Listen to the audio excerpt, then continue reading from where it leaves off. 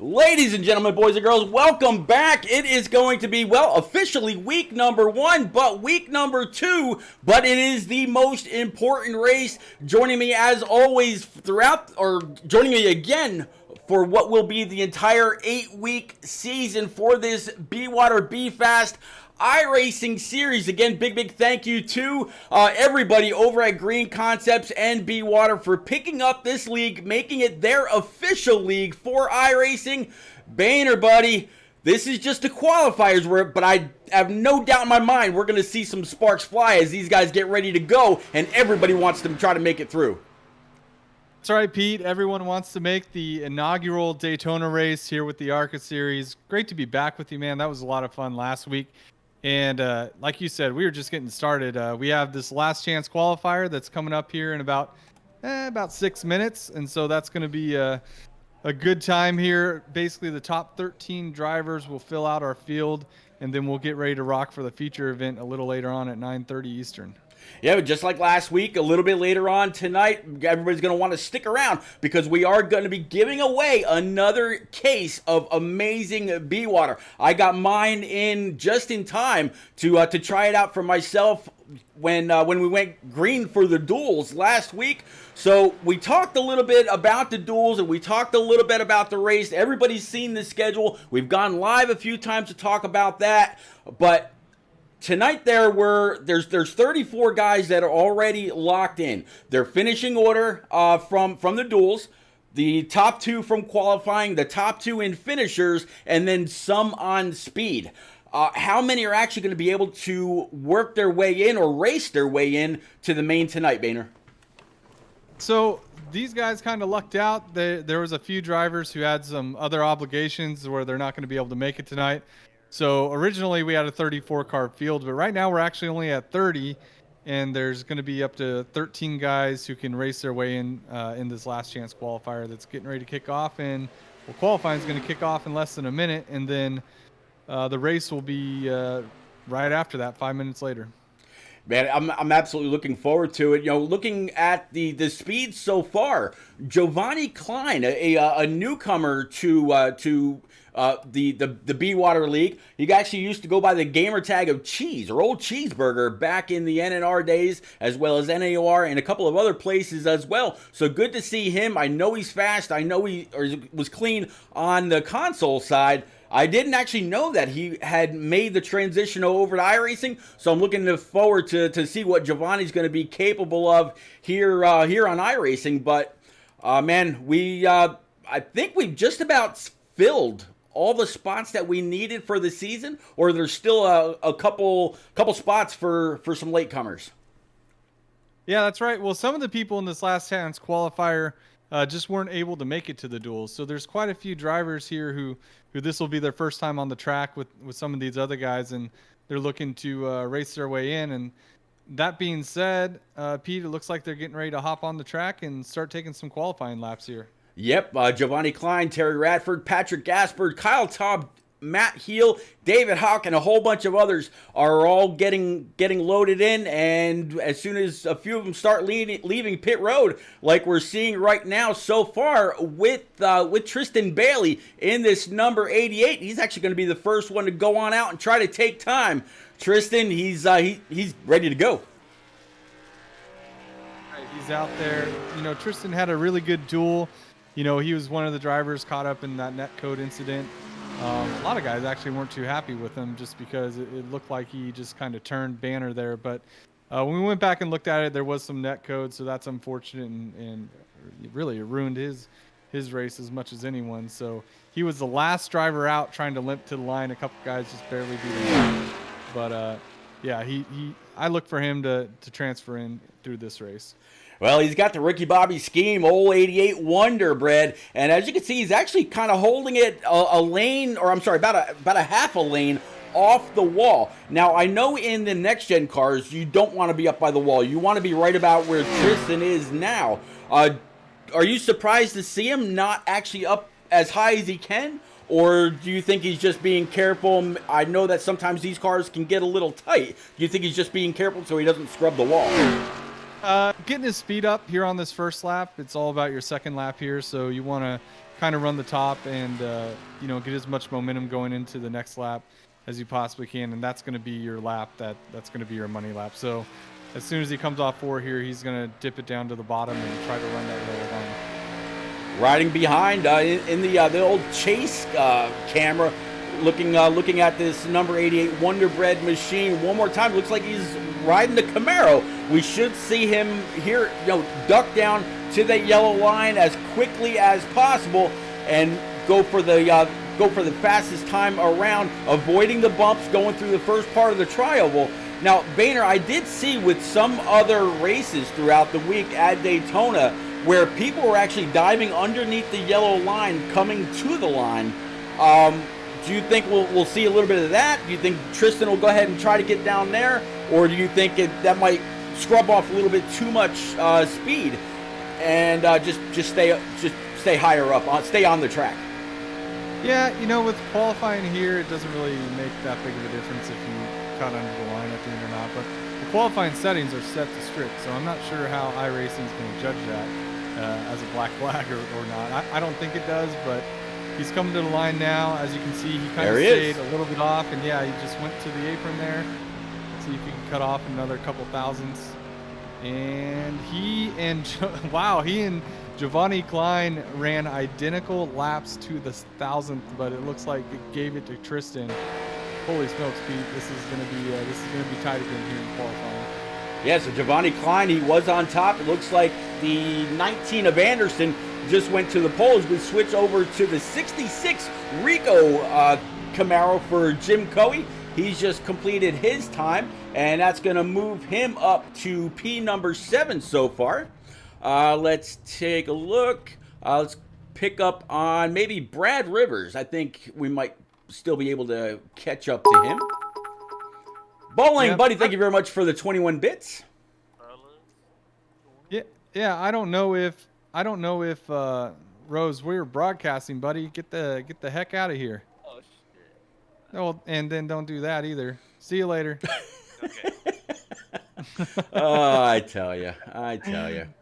These drivers, man, they don't know how to follow instructions. No, I'm just kidding. But yeah, I don't know if Rivers is going to get a time in, Pete. He's got 40 seconds and he hasn't made it to the line, so I think he's going to be starting rear of the field here. Yeah, he's still on the high side. I think this actually bit him last week, if I'm not mistaken.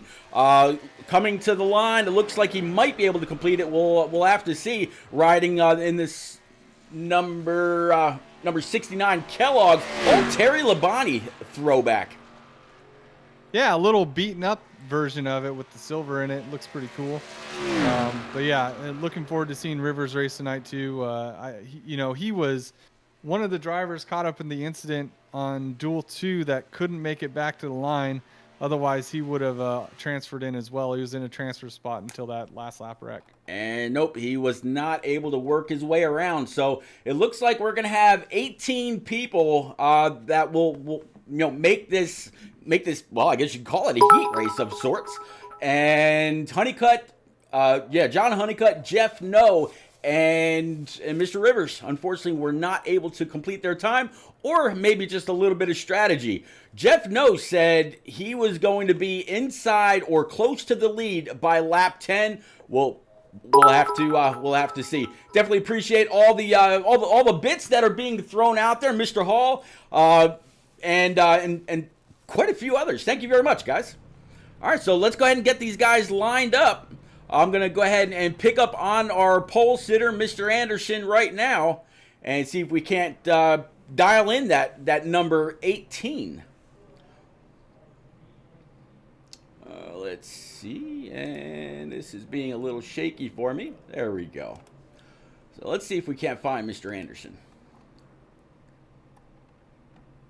All right, here we go.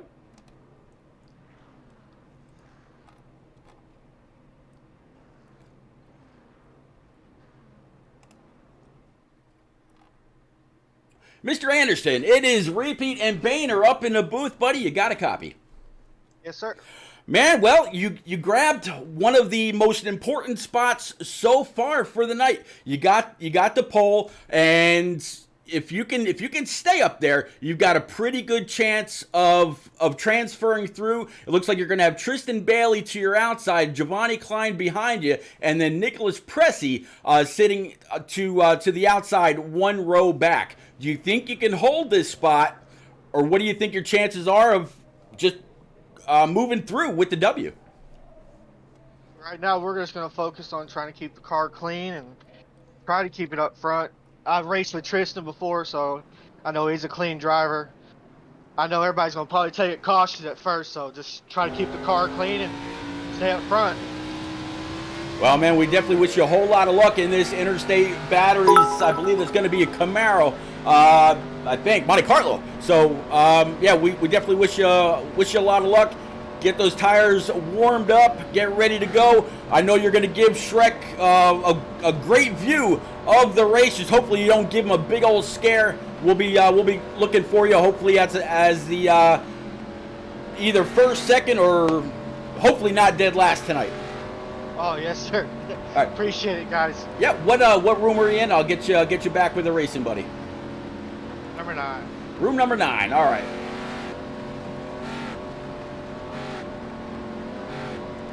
All right, so Mr. Anderson is away. Boehner, is there anybody that you'd like to pull in and see what they got to say? No, if we had enough time, I would do that, Pete. But I think they're going into 3 now, so we'll let them focus here. Like I said, top 13 are going to transfer into the feature race later. So I just hope it's a clean race, Pete, and these guys put on a good show for us.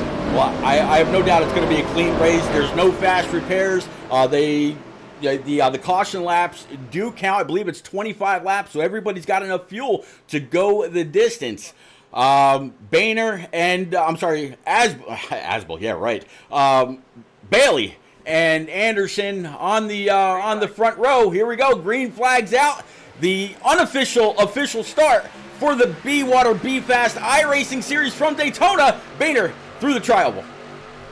Yep, and then Anderson and Tristan both got a pretty equal start there. You got Nick Presley kind of pushing Tristan to the front here. Right behind Anderson, I believe that's going to be Giovanni Klein. Like I said, this is his first action with this group, as he was unavailable last week. You got Kyle Tomlin there in 5th, and then coming up quick on the high side is John Osborne. Yeah, John Osborne finds a hole right in front of, I believe that's going to be the 83 there well, yeah, John Osborne, you just mentioned him. So it looks like the bottom line's kind of fallen back. It was the 07 of Giovanni Klein and Osborne kind of swapping spots just a little bit. 94 of Nicholas Pressey. He's kind of pressing his line a little bit. More cars now on the bottom, all formed up. From what I can see, 4 cars together up high, a few a little bit further back. Now, Boehner, let me ask you, do you think the guys in the back are just there on a little bit of, we got to wait and see what happens? Hopefully they can get on the binders quick enough to not get into any kind of an issue if it should happen, and we'll try to charge up late? Or do you think the 2x2 that we've been used to seeing here in the ARCA series will prohibit them from trying to go when they think it's time? Well, the thing is, Pete, first it's about survival. It's 25 laps, so you want to make sure you're there with 5 laps to go. Really, as long as you're with this lead, you're going to have a shot to make a move and get yourself in. Only a handful of guys that not qualify in from this, so I think the front of the field is going to be pretty mild, and I think a few of the guys at the back are just going to mind their manners until there's probably about 10 to go. So, if I'm not mistaken, you said a couple of guys in the main are not going to be able to make it, so we're transferring over 11 guys from this. Is that right? 13 guys. 13 guys. All right, so sitting P13 right now is actually going to be the number 7 of Josh Franks, or better known as another streamer, Expert Racing. He's got a pretty solid hold on that 13th spot. Terry Radford right in front of him, and David Hauk right behind. Yep, and now you can see how he's going to the outside here. So, yeah, like I said, Pete, this doesn't really shock me. Spurl's back there, minding his manners. Rivers didn't get a qualifying lap in, so he started shotgun on the field. So it looks like he's just content to hang out and see what these guys do here at the front. Well, so far, everybody kind of staying side by side. Looks like that 18 is going to start pulling up that high line. Now, Boehner, one thing that I've kind of watched through all the different races and actually driven myself, both of us, is at Talladega and Daytona, you kind of want to keep the right side tires as close to that black seam all the way around Daytona or in that middle line at Talladega, so you're not giving too much room to the line on the inside. Because if you wash all the way up to the track, you're taking, going from possibly the shortest or maybe the second fastest line around to the longest way. Not only does it burn fuel, but it burns time as well, and that allows that bottom line to really just get up, get going, and get gone. So you kind of want to, and also at some tracks, it'll help keep that bottom line pinched down. Yeah, early on here, we don't pinch each other too much. Honestly, the way the draft works with the car that's a little bit in front of you, it's going to keep the lines fairly even. As I think Terry Radford, he just pulled the rear and let the other guys by, so he's kind of going to the rear, so something might have spooked him. But yeah, I mean, it's not, what they're doing right now is really just keeping themselves in a safe space on the racetrack. I mean, that's the thing, it's about survival first, so you want to certainly make sure you're not pinching the guy early, and that way if these ARCA cars get really tight on exit heat, so it's easy for them to kind of wash up once they start wearing some laps on the tires here. So I think I don't think we'll see too much pinching until it comes down. Yeah, I've been kind of keeping an eye on that last that P13 transfer spot. That's why this camera's pretty much been kept in the back, because as these laps go on, as we're on 20 to go, it's going to be more and more aggressive. People pulling that trigger like we saw Bailey and a few others do last week, where they say, you know what, I got to go and try to make a hole through the middle. So as that happens, we'll definitely be there to show you every single angle that we can. But so far up top, you really haven't missed too much. It's still Nicholas Pressey, Bobby Anderson, Tristan Bailey, and John Osborne's going to be your top 5 with Kyle Taub. I'm sorry, top 4 with Kyle Taub was just the top 5. But Boehner, these positions are changing just as fast as we can shout them out. Yep, these lines are going to yo-yo back and forth a little bit. I know in the duels we saw a lot of times, as Pressey, man, Anderson checked up and Tristan checked up, and yeah, Pressey wasn't looking to lose control of the race right there when Anderson dropped to the bottom. But I think you'll see the top line prevail a lot of times, especially if the bottom line's not going to be pushing. We talked about this last week, but I believe it was Blevins who was pushing Arnold, in the second duel, yep, and doing a really good job keeping that bottom line in control. But if there's not too much pushing going on, normally that top line is going to prevail a little bit over the bottom line, but it really just depends how tight everyone is. As you can see now, there goes Anderson. He's looking to the top of Pressey. Yeah, Anderson, the fastest in qualifying, took the pole in that Interstates battery. Camaro, Tristan Bailey was to his outside. They've obviously changed up just a little bit, and now Pressey is in the lead. Tristan Bailey P2, Bobby Anderson P3, Kyle Taub, and now John Osborne with, how about old Grandpa Coey, Jim Coey right now, riding in the P6 spot, and then Corey Colby, Patrick Gaspar, Matt Heel, and James Kerr. That's going to round out your top 10. Yep, everyone, Coey doing a good job, third car on the bottom. I mean, kind of like last week, you can just kind of count it. If you're in you feel pretty good about your chances going into the last week. We saw a ton of 3-wide racing, especially in duel number 1 last week, and I have a feeling before this is over, as I say that, Franks goes to the middle, 3-wide towards the rear. Yeah, Franks is going to try to maybe get a little bit of a side draft off the 12 and the 75 down low. He's got a hole up top, squeezes in, and now the 12 is going to go ahead and take a step back. Let's go on back to our 13th position. It's going to be the 60 right now of Terry Radford, David Houck, Brad Rivers, Blake Sperling, Giovanni Klein, Jeff Noe, and John Honeycutt right now would not be in. Yeah, Noe and Honeycutt, I think they accidentally registered for this. They're actually already locked into the feature, so okay, their cars aren't actually out here, so we don't have to worry about them.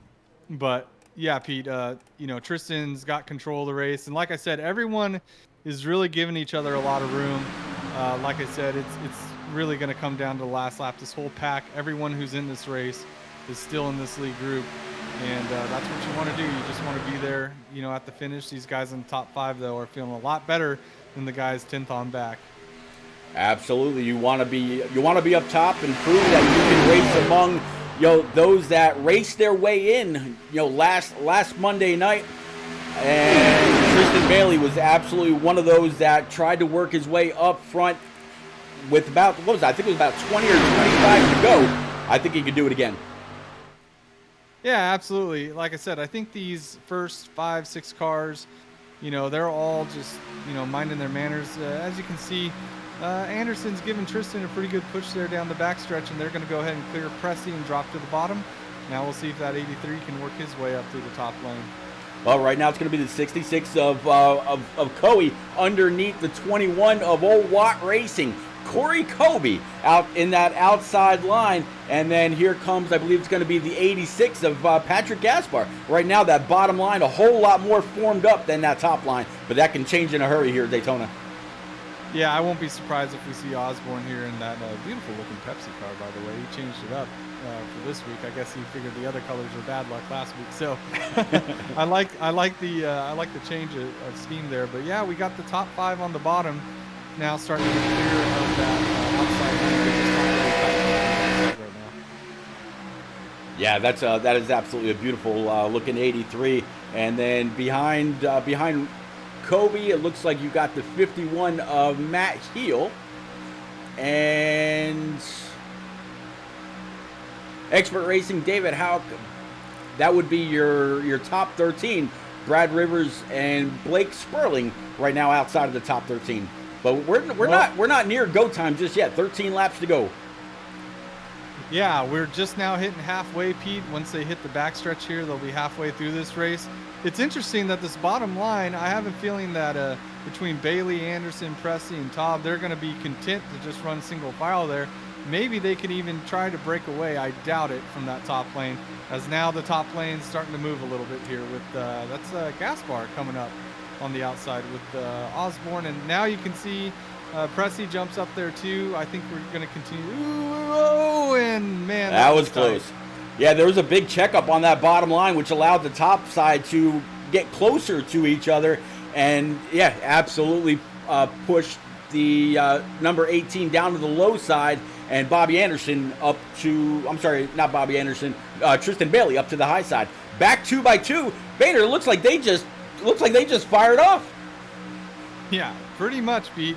But like I said, not shocking. These guys know that really only a few of them are going to end up missing the feature race, and everyone's doing a really good job of just being patient here, waiting to see if there is an incident and if they can get through it, in which case they'll spread out the last 10 laps. But as of now, Pete, I think it's going to get crazy once there's about 5 to go.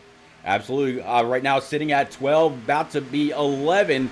Last guy in the transfer spot we just talked about a moment ago, Blake Sperling, behind the 60 of Terry Radford, riding in what normally 13 is an unlucky number. Right now you want to be in 13th or above in order to be lucky and work your way into the main, which we're going to see just about 9 o'clock tonight.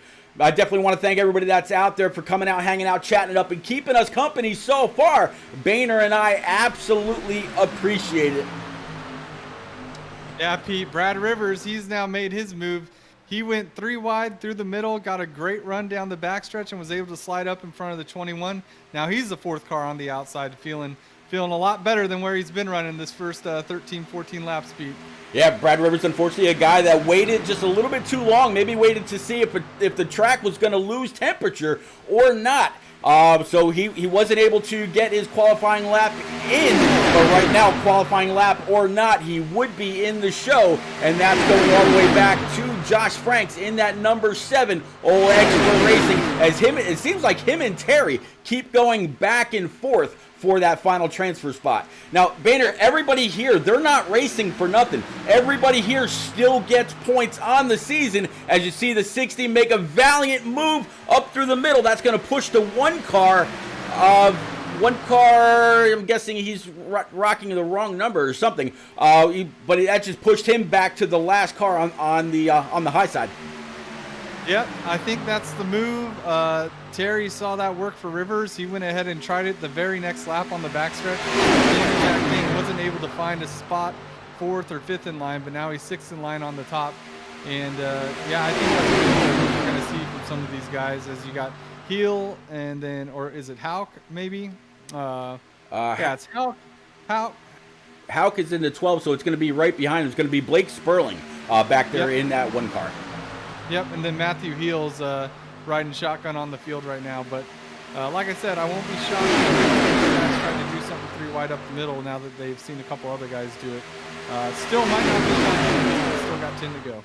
Yeah, 10 laps remaining, now 9 to go, and it's going to be.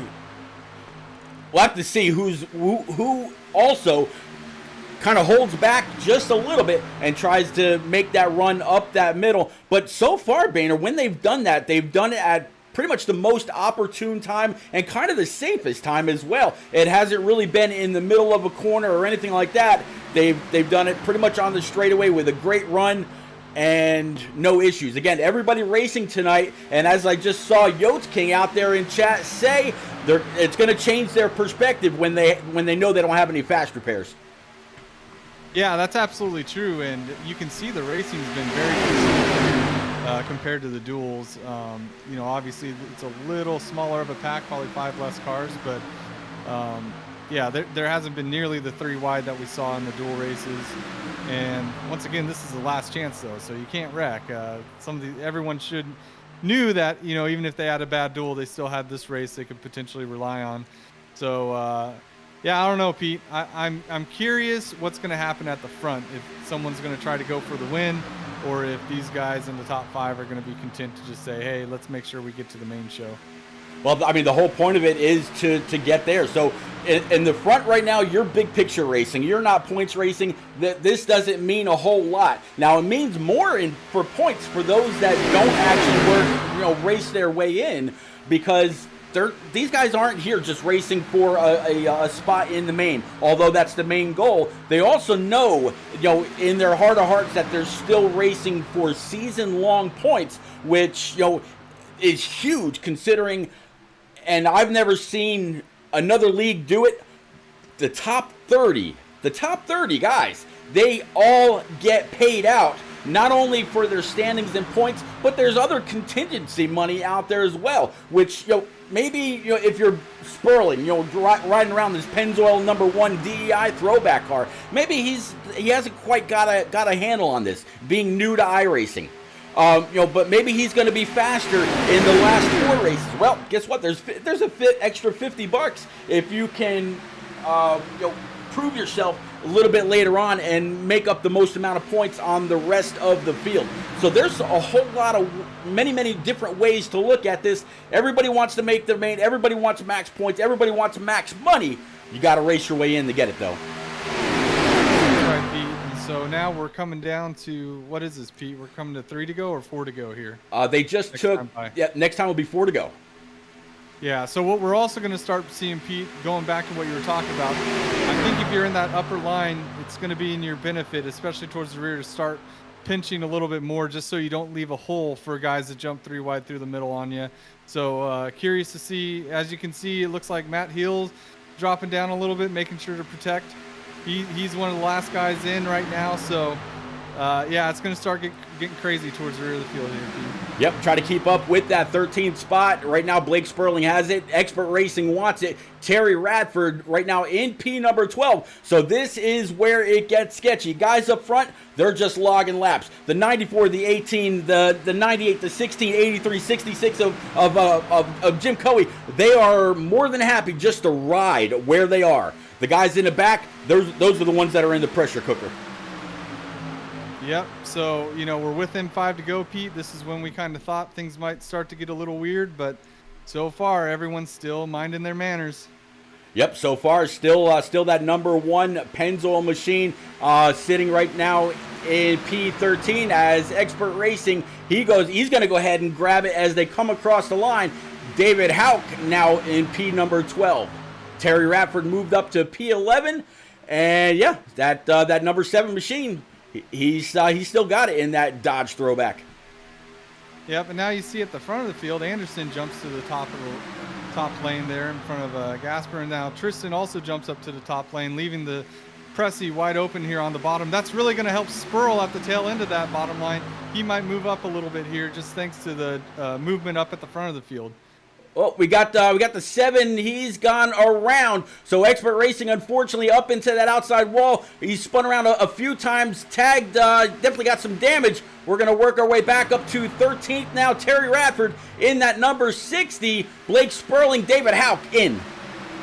Man, I wonder what happened. I missed it here. So it doesn't look like iRacing threw a caution. So that's pretty much that's really tough for Josh Franks there. But he's not out of it. He's got to get it going, man. We've seen some wrecks on the last lap, and we know after the white comes out, they won't throw a caution either. So here we go, Pete.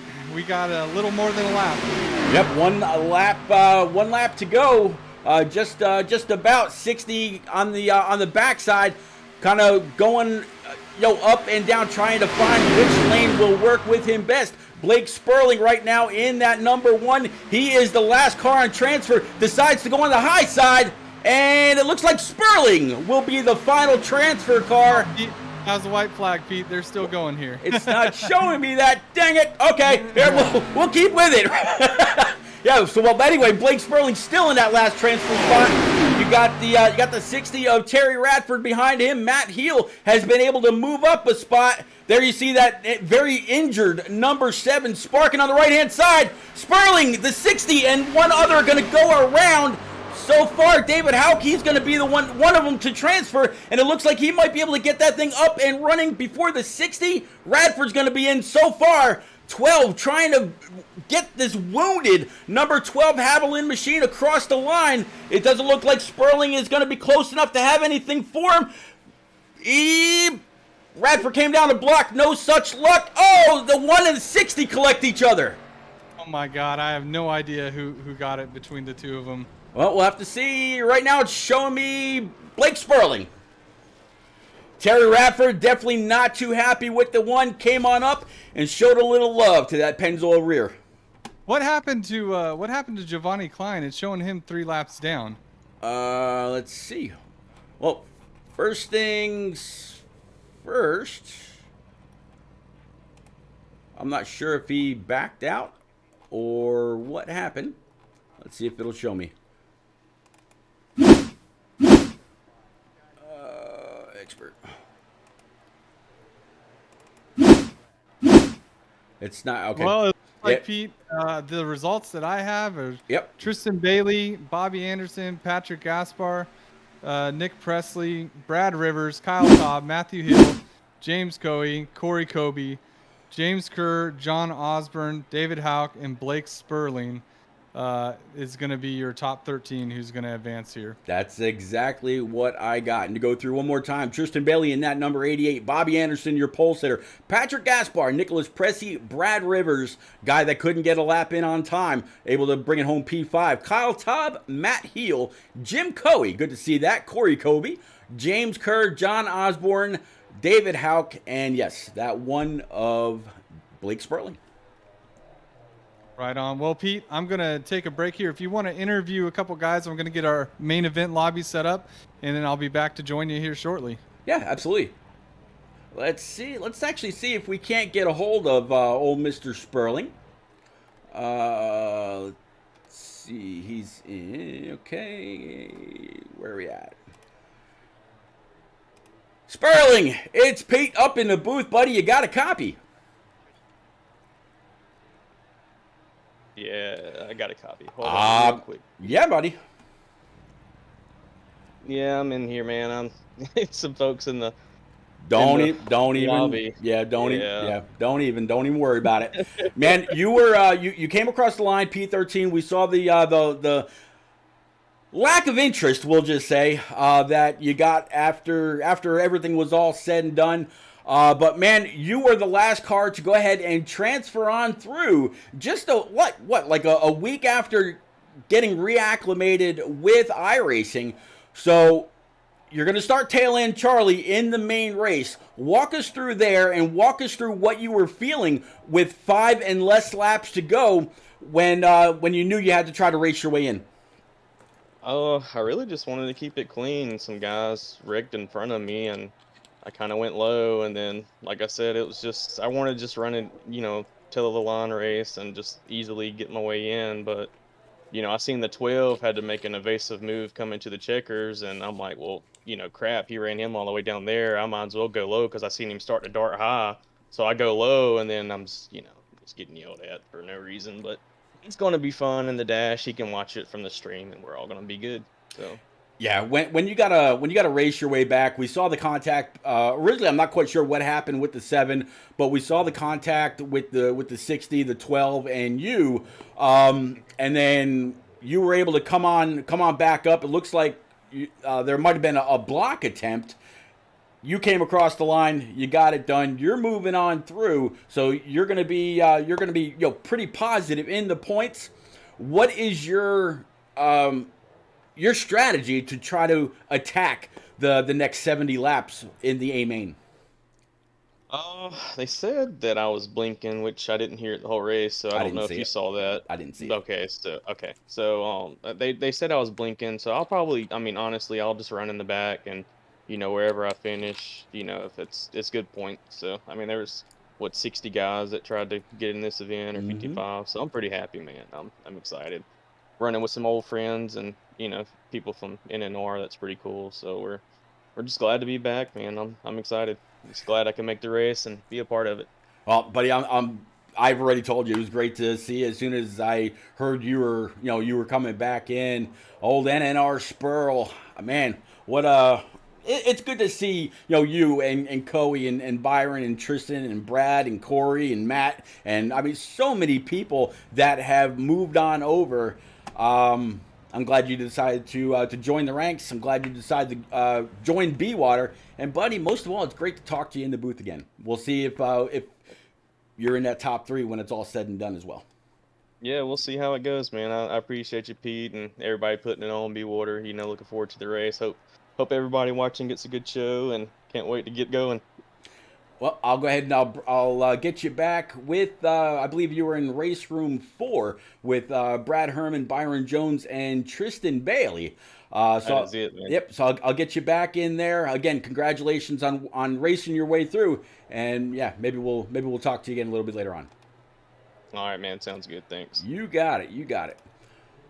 All right, so let's try to grab another. How about out there in chat?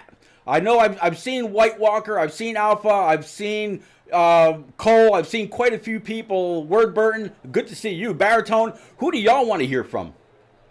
Please just no one that's going to be argumentative.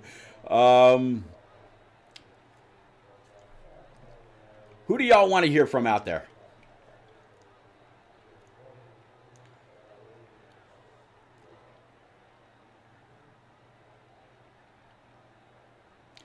All right, yeah, let's see if we can't catch up with Mr. No. That's a great idea. I don't know if y'all saw, and after Mr. No, we'll try to get a hold of him as well. Where is Mr. No? I thought I saw him a little bit ago. There he is. One sec. And just before I bring him in, I don't know if y'all saw his tweet earlier. He's saying by the 10th lap he will be in the lead. Let's see if he's keeping that same mindset. Stout Whiskey, it is repeat up in the booth. Had to steal you for just a second, buddy. How you feeling? I'm doing pretty good, Pete. How you doing, man? Man, I am all right. Sorry to interrupt the conversation that you were having with the rest of your party, but I believe, who was this? It was White Walker. Swats wanted me to pull you in a booth and see what your mindset was on the next 70 laps that are coming up. You sent a tweet out saying that you were going to be in the lead by lap number 10. With what you just saw in the B main for the top 13 to work their way into the race, are you still there seeing the movement that was up front, or are you going to kind of lay back a little bit with others like Dohar and some of those that said, no, we're just going to sit back and see what happens? I still feel like I don't have anything to lose in this, man. I'm new to this. I mean, really, the only time I get to race is when I hop on for these leagues. I don't, I haven't practiced or anything for stuff. I just kind of show up and it's experience on the job, right? Training on the job. So my goal is, I put that out in words, is to have the lead by lap 10, and by God, that's what we're going to try to do. Man, well, I definitely wish you all kinds of luck. I'm glad you're here. I got a chance to talk to the old NNR Spurl, or Blake Sperling, before you. Stout, man, I'm glad that you made the transition over to iRacing. It's great to still keep up with you and Coey and everybody else that's moved on over from NNR. I wish you all kinds of luck. We'll keep an eye, or an extra special eye, on that number 6 tonight. Maybe we'll be talking to you in the top 3. Sir Pete, appreciate it, man, and I look forward to going back and watching the race. Thank you. You got it. What room were you in? I'll get you back with your buddies. What was I in? Really, just put me in room 8. In room 8. You have that power. I do have the power. I'm kind of like that old what Snap song. You've got the power, or whatever that was. Yeah, man, we're there. I won't do that again. I promise. Good luck. Well, thank you. Yep. All right. I believe the next somebody wanted to talk to old Mr. Osborne. Let's see if we can find Osborne right now. I don't see him as of yet. Let me scroll down just a little bit further. I see Rose. I see Honeycutt. I see Mike LeBlanc. I don't see Mr. Osborne yet. Or is Osborne Aussie time?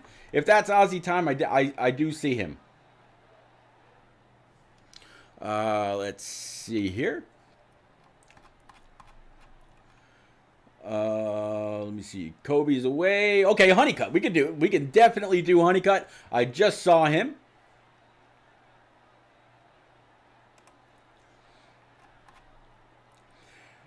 I'm sure he'd rather hear my voice than Frozen's anyway. So let's go ahead. Let's go ahead and pull old Honeycutt over.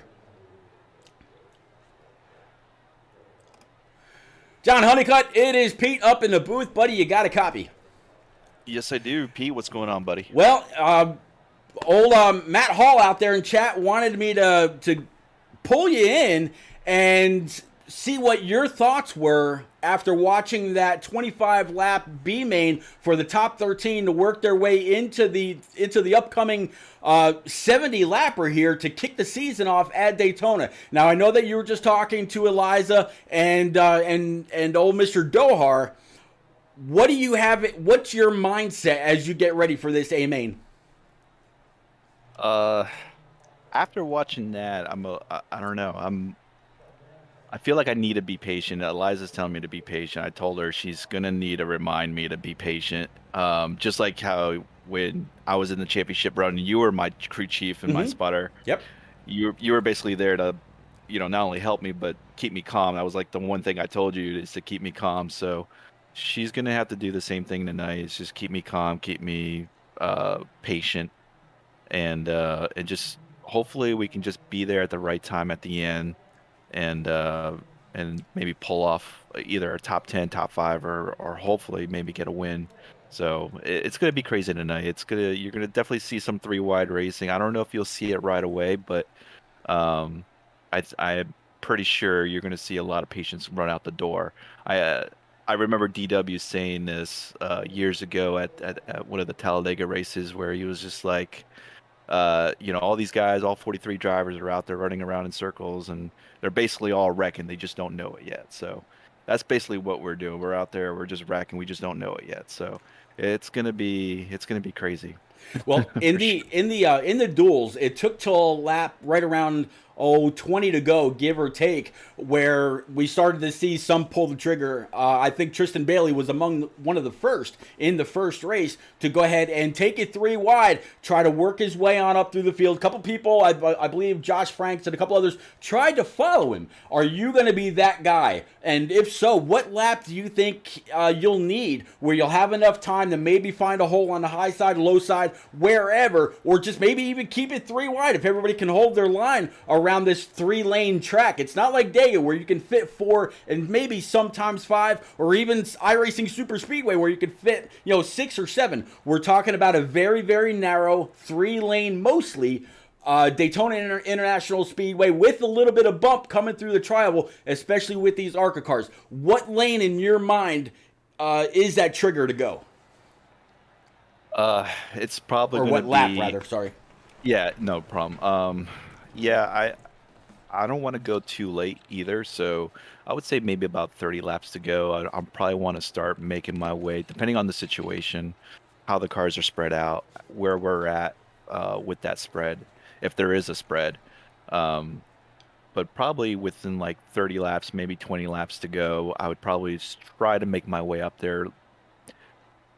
Probably the outside line would probably be the way to go, only because that line seems to move very quickly to the front, and then once those guys get to the front, instead of committing to the top, they like to go down to the bottom, and all that does is just pushes that bottom line back positions.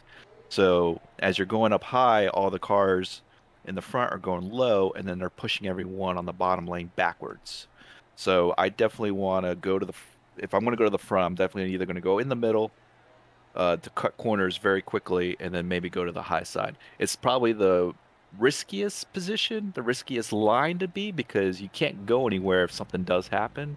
The bottom line is definitely the safest when it comes to that. But again, risk and reward. Top line is you're definitely going to get rewarded if it goes well. But obviously the risk is being taken out very quickly. Well, buddy, like I told Stout Whiskey and a few others before him, you were chosen by, I believe it was Matt Hall, to come on into the booth, just kind of get where you were. He's telling you to be patient out there in chat. I have no doubt that you will, but I know when it's go time in that, you're in a new Aramark Chevy, if I'm not mistaken. When it's time to go, I know you'll get on that throttle, take the runs when you can get them, and if need be, make that risky move at the end of the season. Man, $500 is $500. There might be a couple people that you got to say sorry to on your way through, but buddy, I wish you all the luck tonight, sir. I appreciate it, man. Thank you so much, and I hope you guys have a good show tonight. I'm sure it will be. What room were you in with Frozen and Dohar? Do you know? It's under my name, Honeycutt. All right, let's. Oh, there you are. All right, man. I'll take it easy. Thank you so much. You got it. Bye bye. All right, so that was John Honeycutt, and man, it sounds like he's playing the race over and over in his head already for quite a little bit. Let's take a look here. More smoke, buddy. Good to see you out there. Now let's see. I think SBRN saying what about, and it looks like the session has ended for me. What about Gaspar? Let's see if maybe we can't get old Gaspar in here.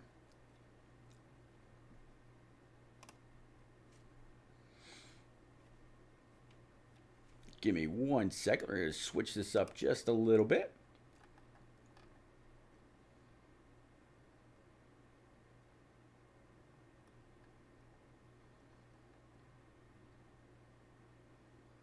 Let's get a little bit of music in the background since the sound has stopped. And with that going, we're actually going to go ahead and turn that down. And we're going to start off with just a little bit of this. All right. So while that happens, give me 1 sec.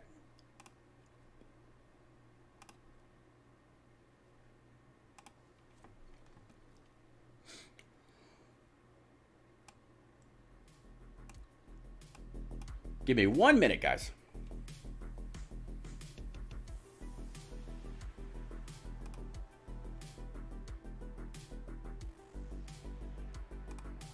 A lot of guys starting to pop in.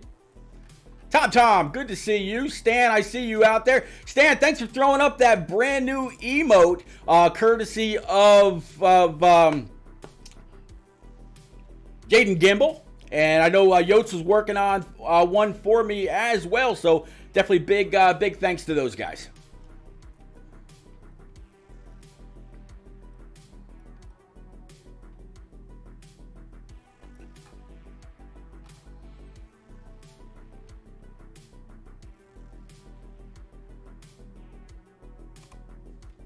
Gonna get ourselves all set up for the next one.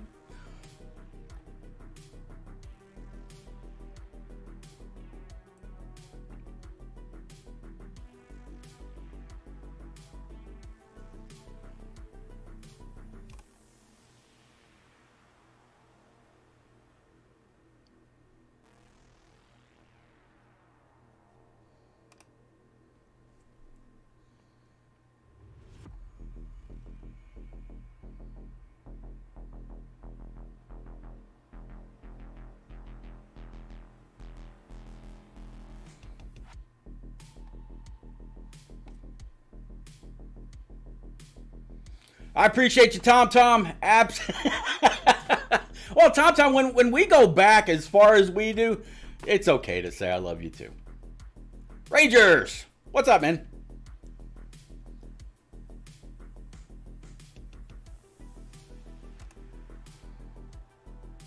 I am trying to find. Actually, you know what? I'm going to go about this a different way. I'm just going to make sure that it's actually up, and I'm not looking for nothing right now.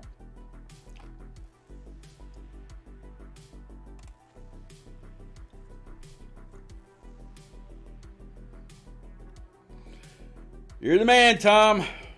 Absolutely the man.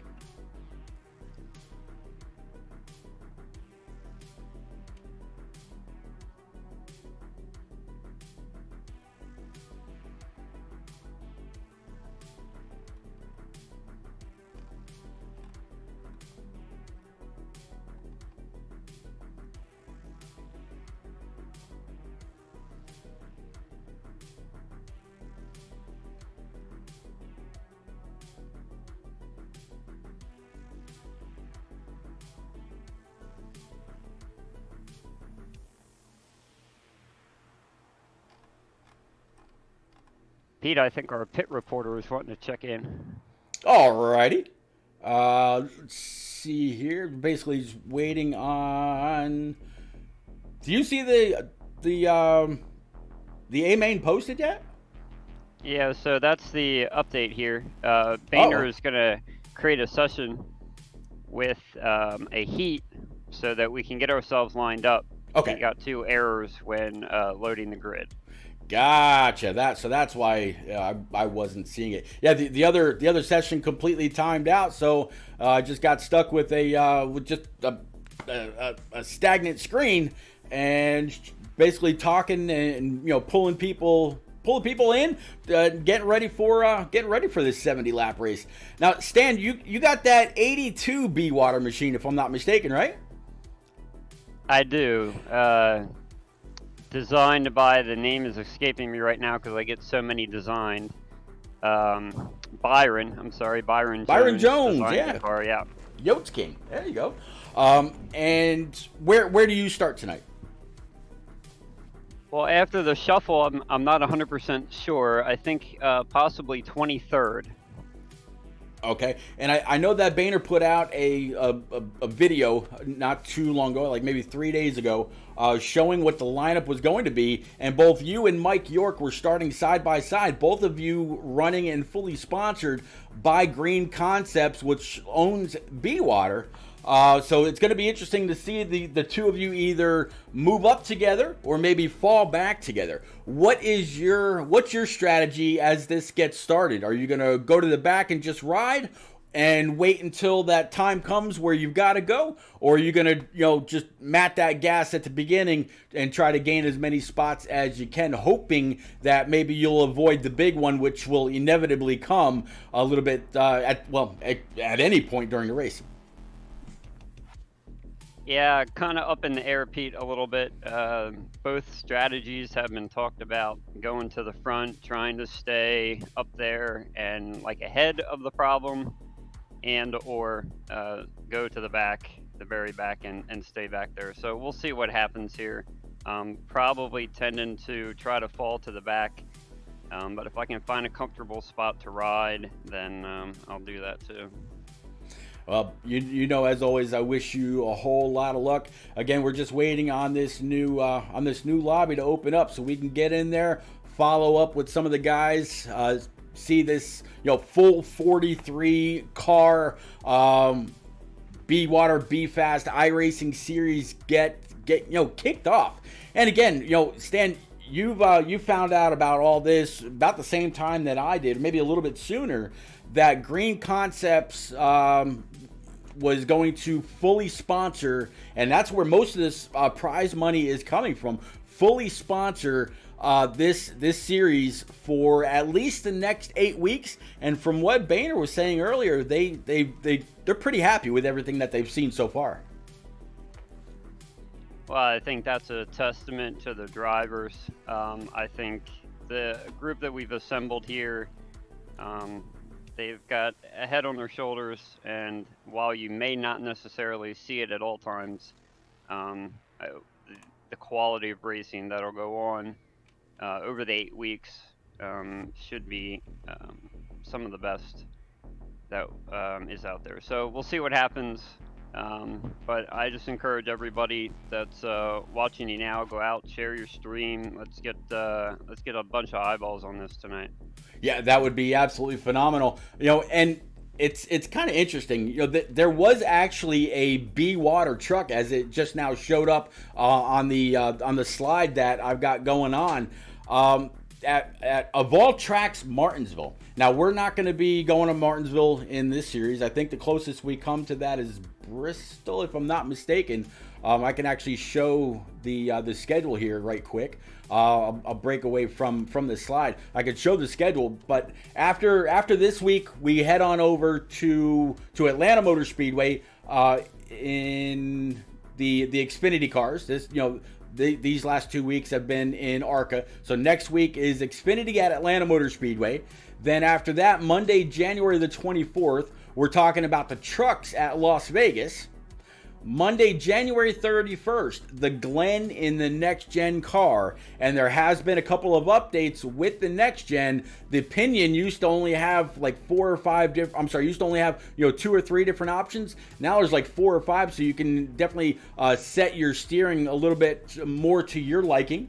And then after the Glen on February the 7th, it's going to be Kansas back in these ARCA cars for 60 laps. And as you can see, if you're watching, Stan, anybody else, and also anybody else out there in chat, the fuel is not the same every race. The sets of tires is not the same, and that's all a testament to the actual track itself, as well as the length. So the Kansas ARCA race, that's going to be 60 laps, 3 sets of tires, and fuel at 60%, where the Glen is also 3 sets of tires, but fuel at 75.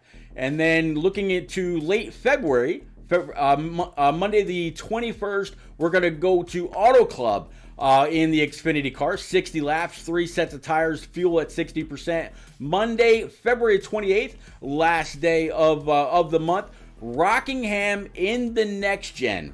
That is going to be a phenomenal race. I can't wait to see that. And because of the abrasive nature of that track, 5 sets of tires. But oh, by the way, it's also the longest race. And then to wrap it all up, we're going to go to where NASCAR used to wrap it up at the end of a season. We're going to go to Homestead, Miami in the trucks for a 100 lapper, 5 sets of tires, and 60% fuel. So, Stan, there is a whole lot of great racing coming up for these next 8 weeks. All 4 disciplines of vehicle, ARCA, Xfinity, truck, and the next gen. I can't wait, buddy. It's definitely going to be exciting. I got to tell you, I'm really looking forward to the next gen at Watkins Glen. I think by then we'll have a full update. Max horsepower, I think we're going 650 with a 4-inch spoiler. It's definitely going to be interesting. I absolutely can't wait. Well, it looks like the lobby is open, so I will let you go, let you get into that. I definitely appreciate you. Great moderating during the B main, and man, I hope you and Mike can both go get it tonight, sir. I appreciate it, Pete. Good luck. Thank you, sir. All right, so I see. Yep, okay, so we're going to go ahead and get in on this right now. definitely hope everybody out there is doing all right on this Monday night. And I hope you're all going to be here for the next several Monday nights to go, because it's going to be a good time. I absolutely promise you. All right, so we're going to kick this off with a little bit how I actually wanted to do it originally. And I'll talk to you guys again here in just a couple.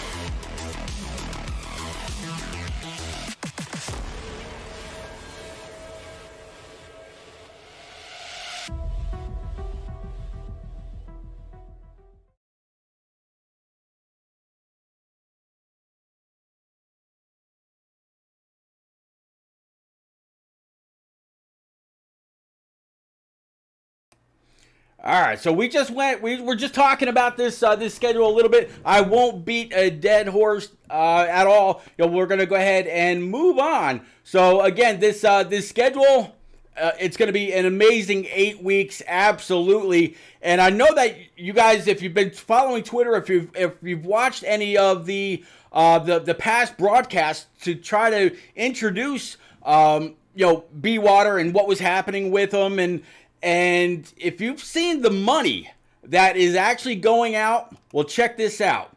$2,000+ the 2022. It's not just a year, and actually the money that's going out is going to be far more than that, because instead of some people getting like $20, we're gonna take that away, and we're gonna give away cases of water. Cases of water without the BeFast promo, which, oh, by the way, is down in the About section of my channel. It'll actually bring you to BeWaterBU.com, and you can order your own case of water. If you decide to buy it just by itself, it's normally $30, but put in promo code BeFast, and it'll take $5 right off the top. And I think when it's all said and done, it's like $32 after tax.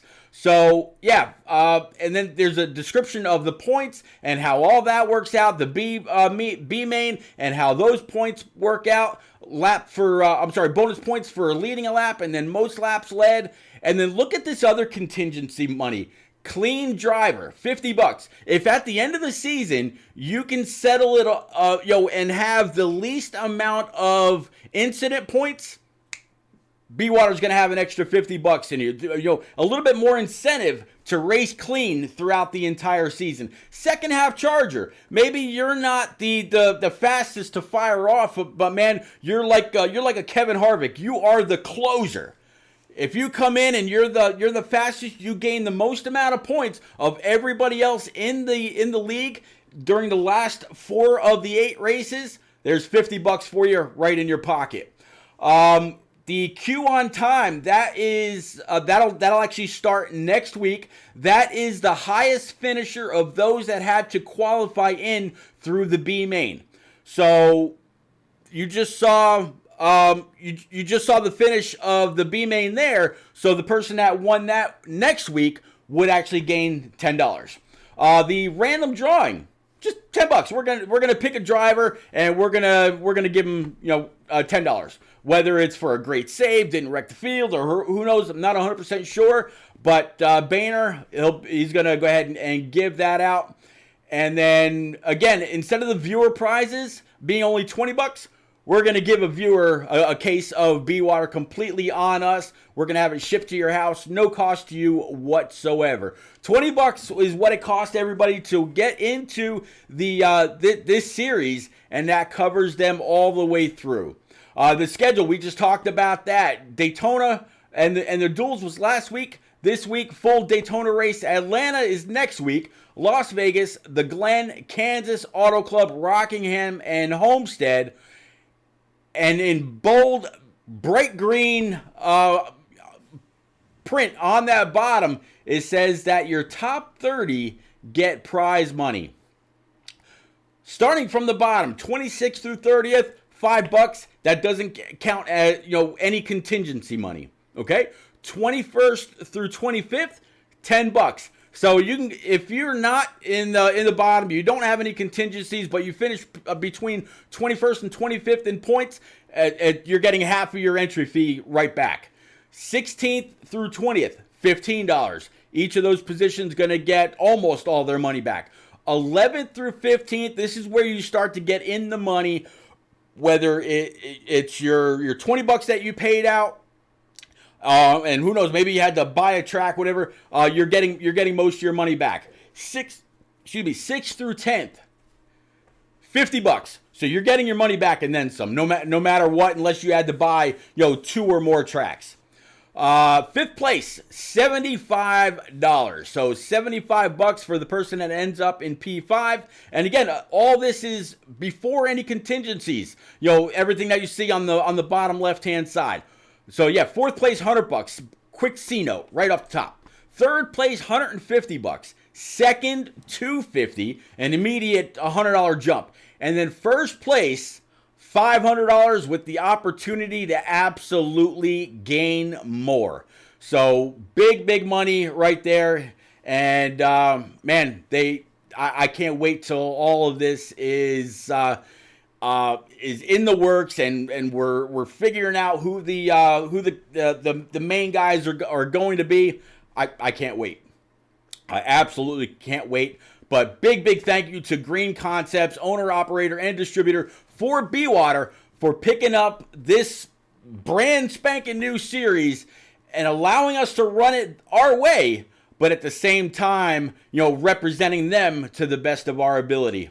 So big thanks. And Boehner, good to hear you. Hold on one second. Let me go ahead and unmute you. We were just going through the points and how they're structured, the schedule, how people are making money from 30th all the way up through 1st. And I was actually just about to kill this slide and come on over to track. There we are. How are you, Boehner? Doing great, man. We had to go with the backup plan. We were hoping we could just load the grid in for the lobby that all these guys are in now, but unfortunately iRacing was giving me an error code, so couldn't work around it. But we had a backup plan in place, so only set us back about 5 minutes here. So in case you're wondering about the heat, that's just going to be so those guys can get in line as far as where they had actually qualified and finished in the duels. So we can either watch them just circle around slowly or talk about who actually, it might be good, Pete. What's that? I don't know if you mentioned this while I was away, but we can go ahead and announce our contest for a free case of BeWater to everyone in chat. Yeah, absolutely. Do you want to save that for about halfway, or do you want to do that now? No, let's do it now. All right. Boehner, floor is yours, sir. All right. So what we're doing this week is basically of the drivers who had to go through the last chance qualifier.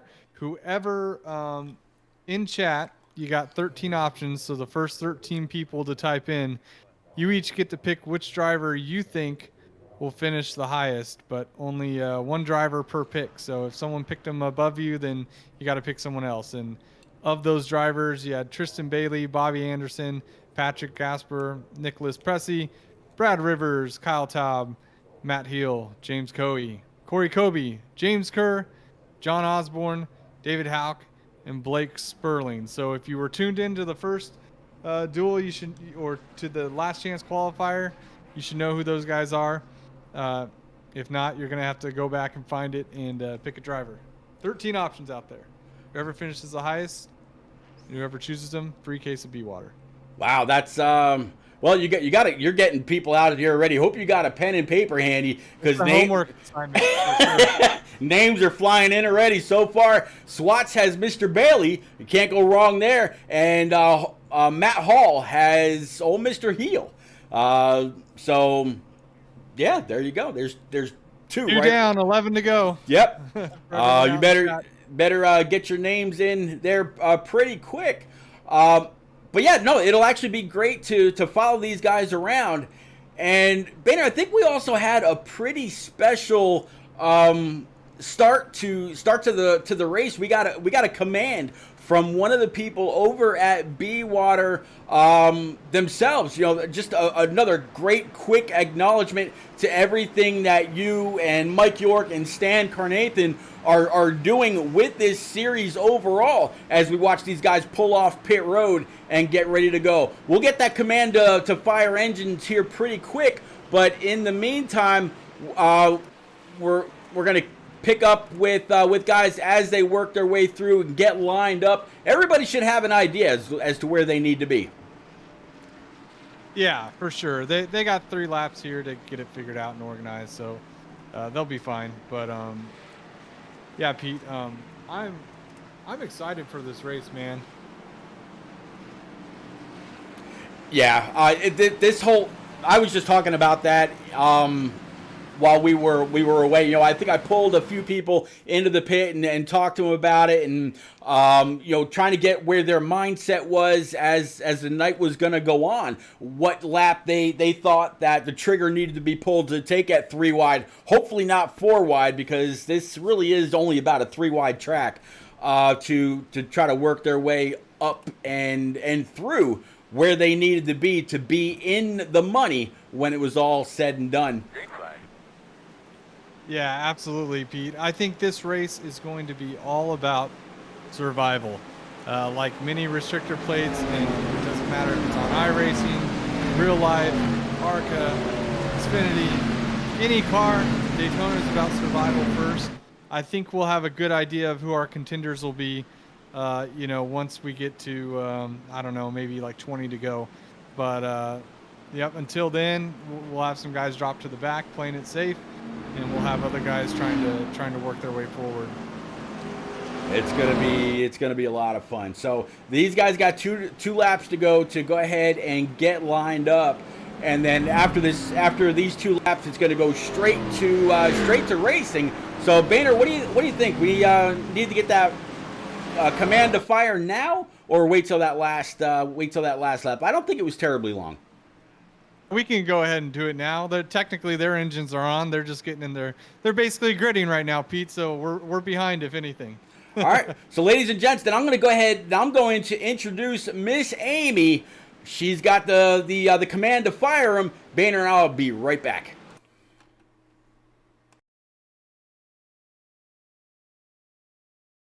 Hi, everyone.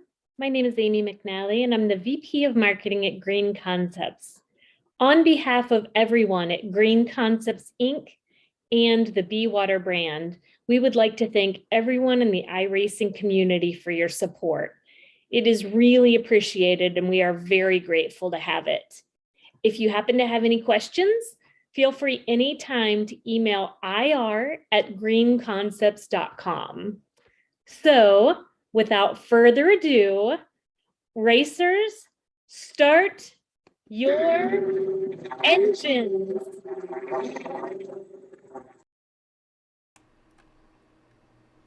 All right, Boehner. So yeah, she is literally, kicking off this entire 8-week season that they have decided to come on board and pick up, relatively new, if we're not counting the time that American Ethanol was in existence. The BeWater BeFast iRacing Series, sponsored by Green Concepts and BeWater. So, Banner, thank you very much for tabbing me and and giving me the opportunity to call these races. Glad you're going to be here with me for the entire season.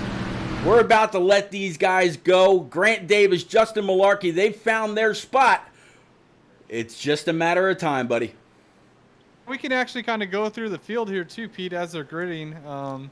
Kind of nice, gives us an opportunity to at least go through the top 20 here as the rest of them are figuring it out. Yeah, we can definitely do that. Give me 1 second.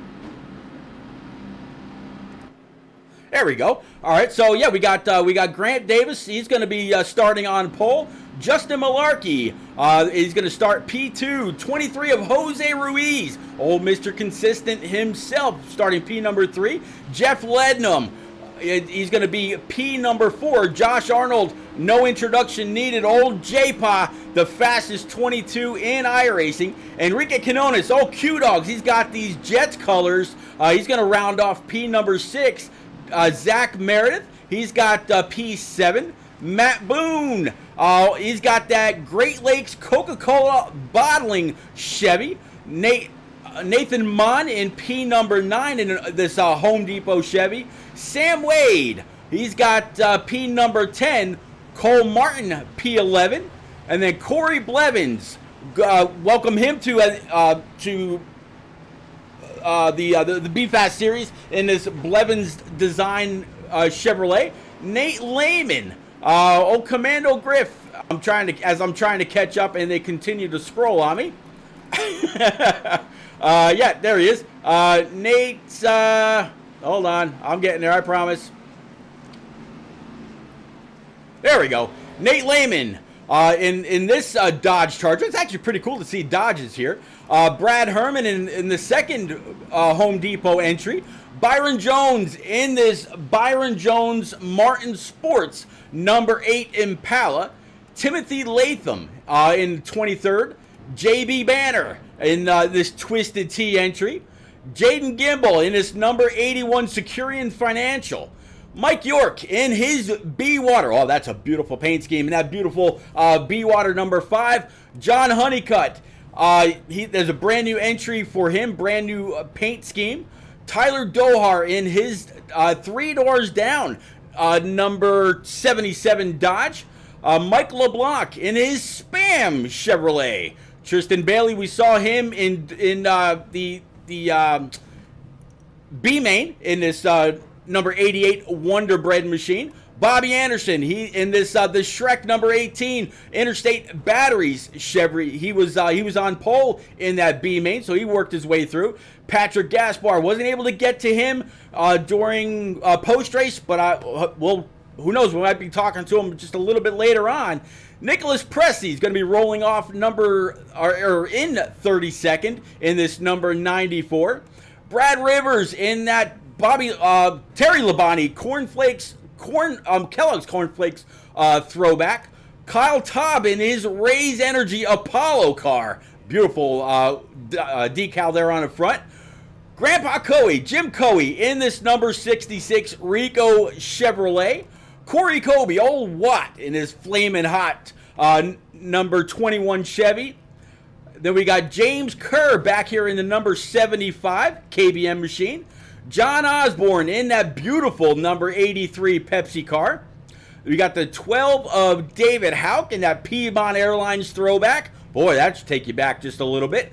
Blake Sperling, guy able to work his way on through, and he was the final transfer car in the B-Main, so he's going to start tail end Charlie. But in post-race, Boehner, I don't anticipate him staying there very long. Yeah, me neither, Pete. Looks like these guys finally got it organized. Pete, I think if I'm in the middle of the field, I might just find myself dropping to the back. What do you think, Pete? Some people out in the Twitterverse today were absolutely talking about going to the back, staying there. I think Tyler Dohar, Mike York, Stan Carnathan, and a few others, we're going to go to the back and just ride. That way, in case the inevitable big one should happen right around or in front of them, they might have enough time to, or hopefully have enough time to whoa it up and slow it up so they don't get all kinds of damage. But on the opposite side of that, Stout Whiskey, Jeff No, sent out a tweet saying by lap 10, look for him to be in the lead. So a couple of different options, couple different strategies, couple different mindsets. Boehner, these guys, they're putting on the show. We are just lucky enough to talk about it. Yeah, absolutely. And then I think Jeff's, he's starting somewhere near the top. He's somewhere in the top 20, so that might be a good route to go as far as if you're, top 10 or so, top 20 or so, maybe try to get to the front. The front is absolutely the safest place to be by and large. I always like trying to get myself to be the second, third car on the bottom and just look to ride there. And that's where I feel like is the safest, beginning, middle of the race. But only so many cars can obviously be in that spot, Pete. Boehner, I'm not quite sure if there's something going on, but I'm actually seeing some wrecking on the field. Even okay, never mind. It's just the checkers. Okay, my bad. Yeah, I was about to get all worked up for nothing. No worries. Yeah. So now they're in the warm-up phase. So hopefully Marty will get the skipped, and if not, it'll just be 5 more minutes, and then we'll be ready to rock if we want to go to a quick break here. Yeah, sounds like a great plan. It'll give me a chance to maybe work on a couple things. We will be right back, guys.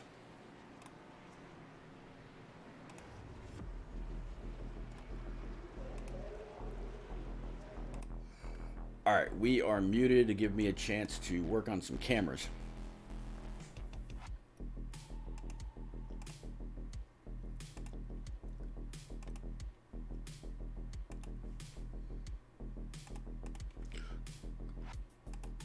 Ads. Yep, you got it. Let me see. It says Lewis Zader left the pits. Where is Zader? Okay. And he went back in. Corey Kobe. Oh no, he came back out. Yeah.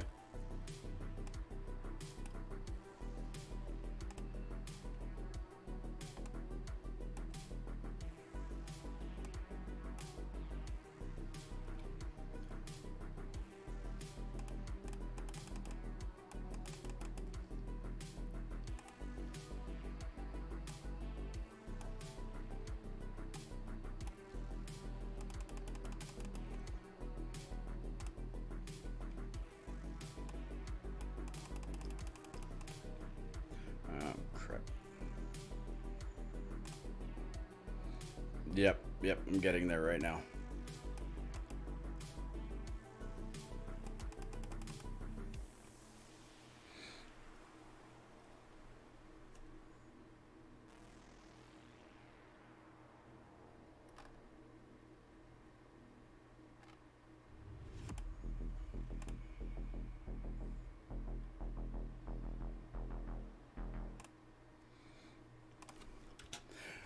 All right, guys, we are back. It actually just realized that my mic was unmuted that whole time, but that is all right. You know what? Just a couple things to work through. As Boehner, these guys are gritting up. Season is ready to go. It's almost time, Pete. We've had an excellent speed weeks between the qualifying, the duels, the last chance qualifier. They've all been really exciting races, but this is the first time we have 43 cars out there together, Pete. So, no fast repairs. That's important to keep in mind. So it's going to be about survival. These ARCA cars can take a pretty good beating, but you definitely don't want to get caught up in the big one. Yeah, you don't. And you know what? In both of the duels last Monday night, it was 20 to 25 laps before we actually saw a big one. So if these guys keep that mentality, even though there's double the field, if these guys keep that mentality, there could be there could be a lot of green flag racing, and that is 100% what I'm hoping for. Going through the payoff and the schedule and all that, I mentioned something in there about $50 for the guy that can finish the season with the least amount of incident points. Are you the cleanest driver out there? And man, so you want to keep clean from the very beginning until that very last lap at Homestead. Yeah, absolutely, Pete. That'd be a cool bonus for anyone to win. And good start at Daytona. I mean, it's easy to rack up, 14 incidents and get caught up in a couple minutes. So, yeah, whoever can have a clean race. A little bit of drama here, Pete. I noticed Grant Davis missed the grid, and so he was our pole sitter, and I think he's going to have to start coming off of pit road. So let's keep an eye on him and see if he can work his way back through. That is a huge bummer for him. But that's going to move up to 73, Justin Malarkey to the front row here. Yeah, and he's got the 70 of Aaron Smith to his outside. Jose Ruiz, he's going to be second in line on the top side, and then Braden Holt in that number 54 Dr. Pepper machine on that inside. So the our pole sitter will have a chance to catch up, but he's going to have to hope for something to happen early. Raleigh Grant Davis had a beautiful, might as well just call it Speed Weeks. Here we go, Boehner. Green flag. Green flag, Justin Malarkey bringing him to the green here with Aaron Smith to his outside. Good clean restart so far. It looks like everyone's giving each other plenty of space as they head down into turn one. Yep, heading down into turn one, still side by side, at least 3 rows deep. Then you see the 22 of Josh Arnold, old J-Pa. He is by himself on that bottom line. He's got a big pull from ahead and a little bit of a push from behind as well. Gavin Beers, thank you very much for the follow. 70's got a big old shove on that high side. Yep, here he comes, Pete. He's got to run on the outside, similar to what we've seen in the duels and what we've seen through all Speed Weeks. It seems like that outside is a great place to make a pass and get to the and looks like he's going to drop down, and he's our leader right now, Pete. Boehner, are you surprised right now with all the cars that have already dropped to the bottom? These are very dissimilar from the Cup cars or the next gen, where you can actually run side by side with these things and keep pace on that high side. You don't have to drop in line and not race. You can be very, very competitive in that second or third line. Not surprised at all, Pete. It's 70 laps. A lot of these guys just want to get in a nice, safe spot and ride, keep touch with the leaders. There's going to be pit stops if we don't have a caution under green. Grant Davis took a lap down, but I think he did stay at the tail end of the field. That's a story we got to pay attention to. Like you said, Pete, he was hopefully he can get himself back in contention. Yeah, Grant, he just needs a little bit of help in order to get back up there, and we definitely wish him the best. He was very, very fast in the duels. If anybody can and keep the car clean, I think it's him. Yeah, he's certainly not out of it. Shot himself in the foot there. Not sure what happened, but glad he did make it in the race, and hopefully, like I said, he can get up here. But right now, it's Malarkey in control. He's got Aaron Smith behind. Drew Jua with Jeff Lednam now leading the top lane. Yeah, that target machine up on that high side. A little bit of help from behind in that AC Delco Dale Jr. old throwback. Good to see that. And then look at Matt Boone sitting right there in P3 on the high side with a little bit of help. I believe that's going to be from the 6th, if I'm not mistaken. Nope, I was wrong. It's going to be. You're right. Yeah, that's Jeff Noe. Yeah, Jeff Noe. There we go. Yeah. Yep. Yeah. He's in the top 10. He wasn't lying about his Twitter post. Yeah, he's already up there. Yeah, have to see. 4 laps in, he's now sitting P4 on the high side, and man, sitting right behind Matt Boone and the 37 of Jeff Lednam. He's in some pretty good company, but that whole outside line chasing Aaron Smith. Yeah, it looks like you've got a 17 car, front pack here that's side by side. Then you got some guys starting to single off behind him. But right now, everyone giving each other plenty of room. Similar to we're 5 laps in, and it's good to see some green flag racing here to start things off, Pete. Yeah, these guys are doing a phenomenal job from first. Even if I go all the way back to Mike York, or actually Wappen, yeah, there's the 5 on that outside, or what's going on? There we go. I'll actually bring it back to the 23. But all these guys doing a phenomenal job. Yep, 2 by 2 by 2, all the way back to about 25th, 26th position. You know, I don't see anyone charging from our qualifier, Pete. I'm trying to look and see who from our last year. Still 31st, Tristan's 32nd. You got Osborne now looking to go on the outside of them, and Kerr.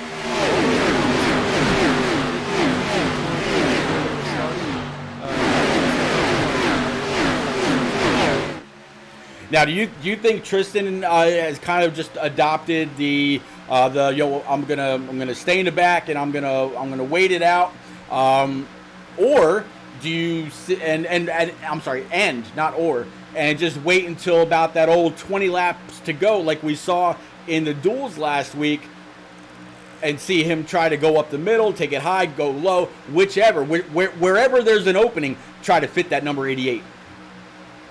Yeah, I mean, he's going to be aggressive when he needs to be, but I think one of the big things is if we do get to green flag pit stops, that's really going to spread the field out, and I think we'll start to see some guys, you know, a lead pack start to form, and I would just want to make sure I'm in touch with the leaders when I do come to pit road and make sure I come with help. I think we can expect pit stops probably somewhere around lap 30, Pete. Well, that'll definitely be interesting, to say the least. And you know what, Boehner, I'm kind of curious if these guys are actually talking to each other, because you know, it used to be at Daytona and Talladega, and you know you're going to be pitting with a large crowd. You would tell, you know, the person in front of you, hey, you go high up towards the wall, I'll stay low. Third person go high, fourth person go low. That way you're kind of staggered as you're pulling into the pits. That way if the person in front of you is a little bit harder on the brakes, you don't rear end them. Or if they go a little bit faster, you've got a little bit more time to react, rather than having somebody's rear bumper right in your face, and you know you can't see beyond these spoilers. So hopefully these guys can all talk amongst themselves. You know, teamwork makes the race work, and so far, so good. I think, Pete, as far as that goes, the real question is, have these guys practiced green flag pit stops, you know, in a pack? That's in these ARCA cars, because I'm sure most of them have done it in other vehicles, but the brakes in these cars definitely a little bit different than like a Cup or Xfinity car. I know if it was me, I would not want to come down with the first group of guys that comes down. I would want it to thin out a little bit.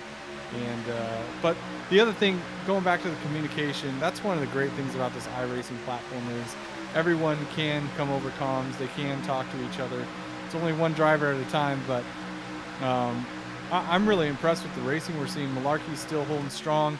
Aaron Smith kind of doing what I talked about, where I like to be pre-race. He's not shown any aggressiveness. Neither has Jose behind him. They're just content to kind of ride in that safe spot on the bottom line, first couple rows. Looks like they have some good drivers in Jua and Lednam and Boone up there on the top side. I think this front group is all really content to just log laps, get to that first pit stop. Yeah, I'm kind of going back further and further in the field and really just watching these guys from the chopper cam. And yeah, they are all side by side showing great patience, whether it's first all the way back through. I'm actually going to pick up on the 8 of Byron Jones right now, and you see the field. It's just phenomenal as they go down this backstretch. You see the 15 right of Nate Lehman behind Byron Jones. JB Banner back here as well, picking up on the 66 of Jim Coey. You see the 34 of Nicholas Pressey right behind him. Now the 5 of Mike York, and man, Boehner, these guys are exhibiting some great track awareness all the way through the field. This is the first time these guys have all raced together, 43 cars, and you know, I'm really excited about what I'm seeing, Pete. Everyone's showing a lot of patience. Everyone seems to have a good head on their shoulders, understand you can't win this thing in the first 30 laps, but you could certainly lose it. So yeah, pretty impressive so far, Pete. All 43 guys still out here, all in the draft. Nobody's really lost touch except for Grant Davis, which, like I said, that was just due to missing the grid. So this isn't what he wanted to see. He wanted to see these guys go mix it up. So, but like I said, he's the only car lap down at this point. When there is a caution, he will get that back. Well, somebody just pointed out that old Stout Whiskey, Jeff No, did not make it to the lead by lap number 10. So Stout right now is the 5th car on the bottom side, riding right underneath the 48 of Corey Blevins. You got to give him credit. It's one hell of a valiant attempt and a great state of mind, showing that he's willing to be a bit aggressive, but at the same time, he knows realistically, just like the real racers at these plate tracks, you don't know exactly who your teammates are going to be or where you're going to end up. I think Dale Jr. said it best. This is a high-speed game of chess. Yeah, absolutely. And right now, everyone is just moving their pawns, making sure they're setting up for like I said, these critical pit stops that are going to come. But 2x2 back through the entire field. We're no longer guys are looking at what they're seeing and they're liking it, and they're starting to feel like, hey, let's try to advance our position a little bit here, as the front of the field's been very mild, and everyone's giving themselves plenty of space here. Yeah, Jujua, Justin Malarkey, Aaron Smith, Jeff Lednam, Jose Ruiz, that's going to be your top 5. Matt Boone, Braden Holt, Corey Blevins, Jeff No, and Enrique Quinones. That is going to be your top 10 as they continue to cycle through all 43 guys out here. Now 14 laps in, about to start, 14 laps, 15 next time they come on by. Boehner, I was anticipating, because everybody didn't get to practice at the same time, even though many races were or practices were put up for these guys throughout the last several weeks. Some came out, others had other things to do, others had other leagues that were continuing to run at the time. But for all 43 cars to come out, all 43 cars to start it after the B main, all 43 cars are still running. Davis too, he actually is still on the lead lap right now, but yep, the field is catching him to put him a lap down. So that could be our first tricky moment as they come up to pass him. He's extremely fast. He's a good driver. He might just try to keep it at the front of the field here to avoid slipping all the way through here.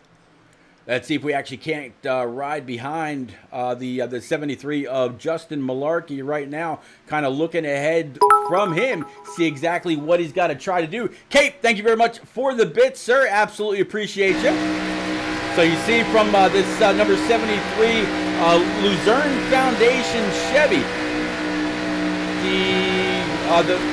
the car for Raleigh Grant Davis just ahead of him. And yeah, whether these guys are 2 wide, 3 wide, you're not going to stay on the lead lap very long without any help. No, you're going to see the big difference between being in a draft and being by yourself, as Juju has got a great push here from Matt Boone and Corey Blevins as they're making the high side work again as they start to charge back up there towards the 73.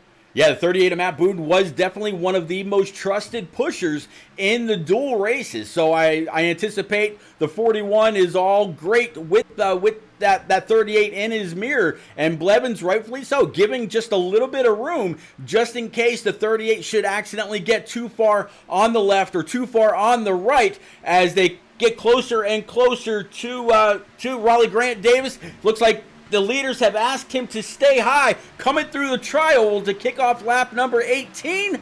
And so far, the top 10 have been able to get on by. Yep, great job by Grant Davis. He's just going to kind of ride there, see if he can't find a hole to slip in, which it looks like he's going to do that here in front of the 51 car. So now he's back with this group. Like I said, now he is 1 lap down, not 2 laps down. So he is in the lucky dog spot, and with the 42 other guys in this field, he shouldn't have too much to worry about here. Yeah, no, not at all. And he actually found a pretty good pocket. I'm going to guess the 51 definitely cut him a little bit of slack because they were all coming by at a much greater rate of speed. As you see, the 18, the pole sitter from the B main just behind that number 51. So 25 found a hole. He is the one and only car one lap down. So if the caution should happen to come out and he's not part of it, he will get that lucky dog.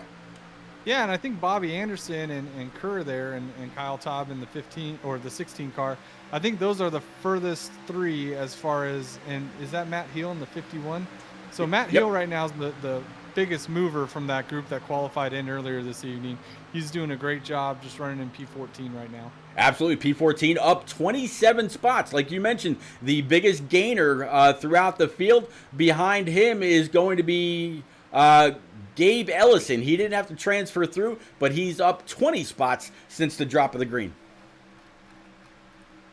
Yes, sir, Pete. And, you mentioned we had multiple practices and not everyone could join. Right. I tell you what, you wouldn't know that these guys, this is the first time they've all been out on a track together. This is a fantastic job, great driving, smart driving by everyone out here, 1 through 43. Even with Grant Davis, I've seen so many wrecks where you come up on a car that's slower like that, and these guys all did just an awesome job getting through that clean, and really it seemed like it was a piece of cake for the most part. Yeah, and the leaders caught him in probably the most vulnerable spot on track, going through the tri-oval. Yeah, that's not a good spot to necessarily catch someone, but like I said, he's a great driver. He just kept it on top there and gave everyone plenty of space. Bottom gave the top lane plenty of space to come through the middle, so really good job. We're on, believe on lap 20 now, Pete. So yep.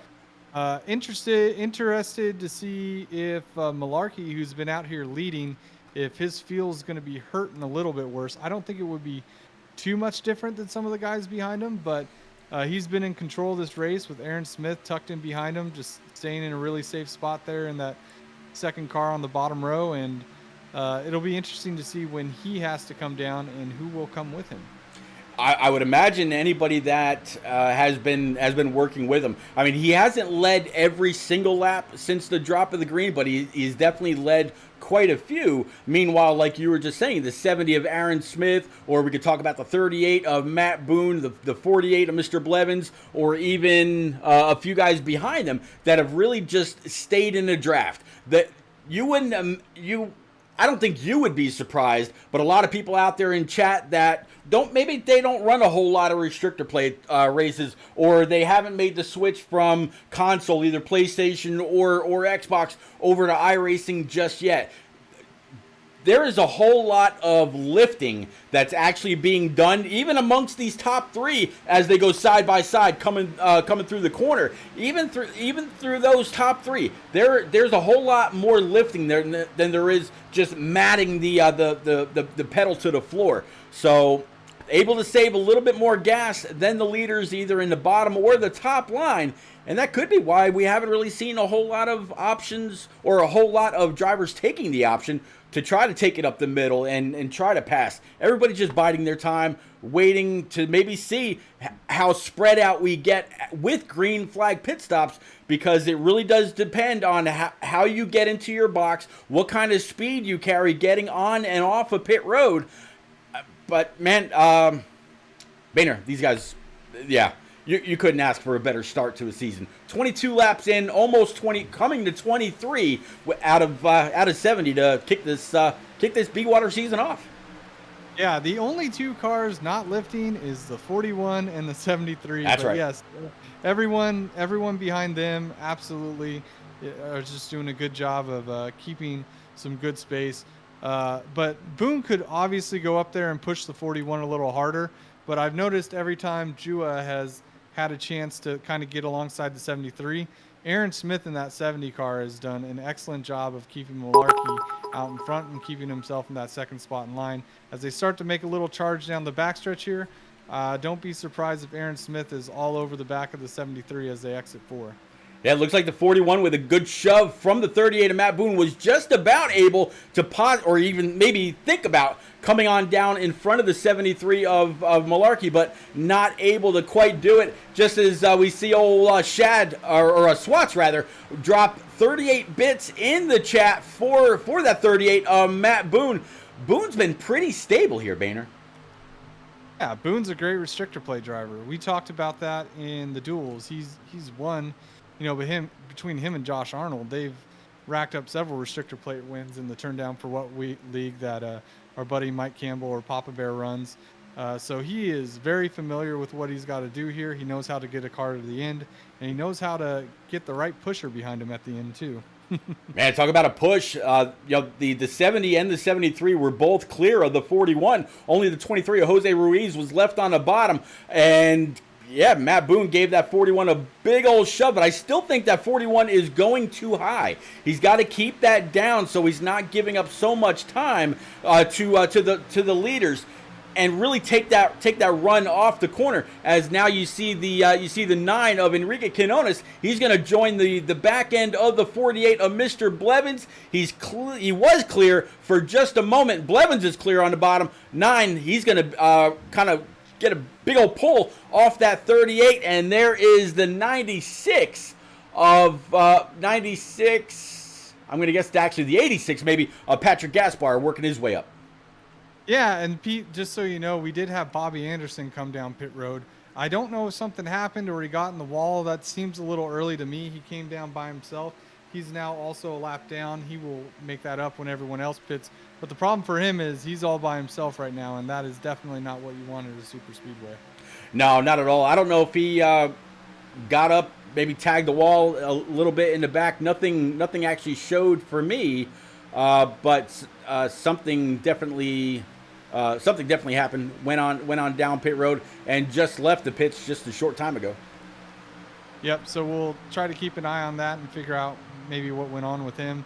Right now, Grant Davis, he is still in the lucky dog spot, and then Anderson is the only other car a lap down. Otherwise, 41 cars in the fight still. Yeah, let me actually see if I can get back with Bobby Anderson right now and maybe take a ride back, see what happened with him.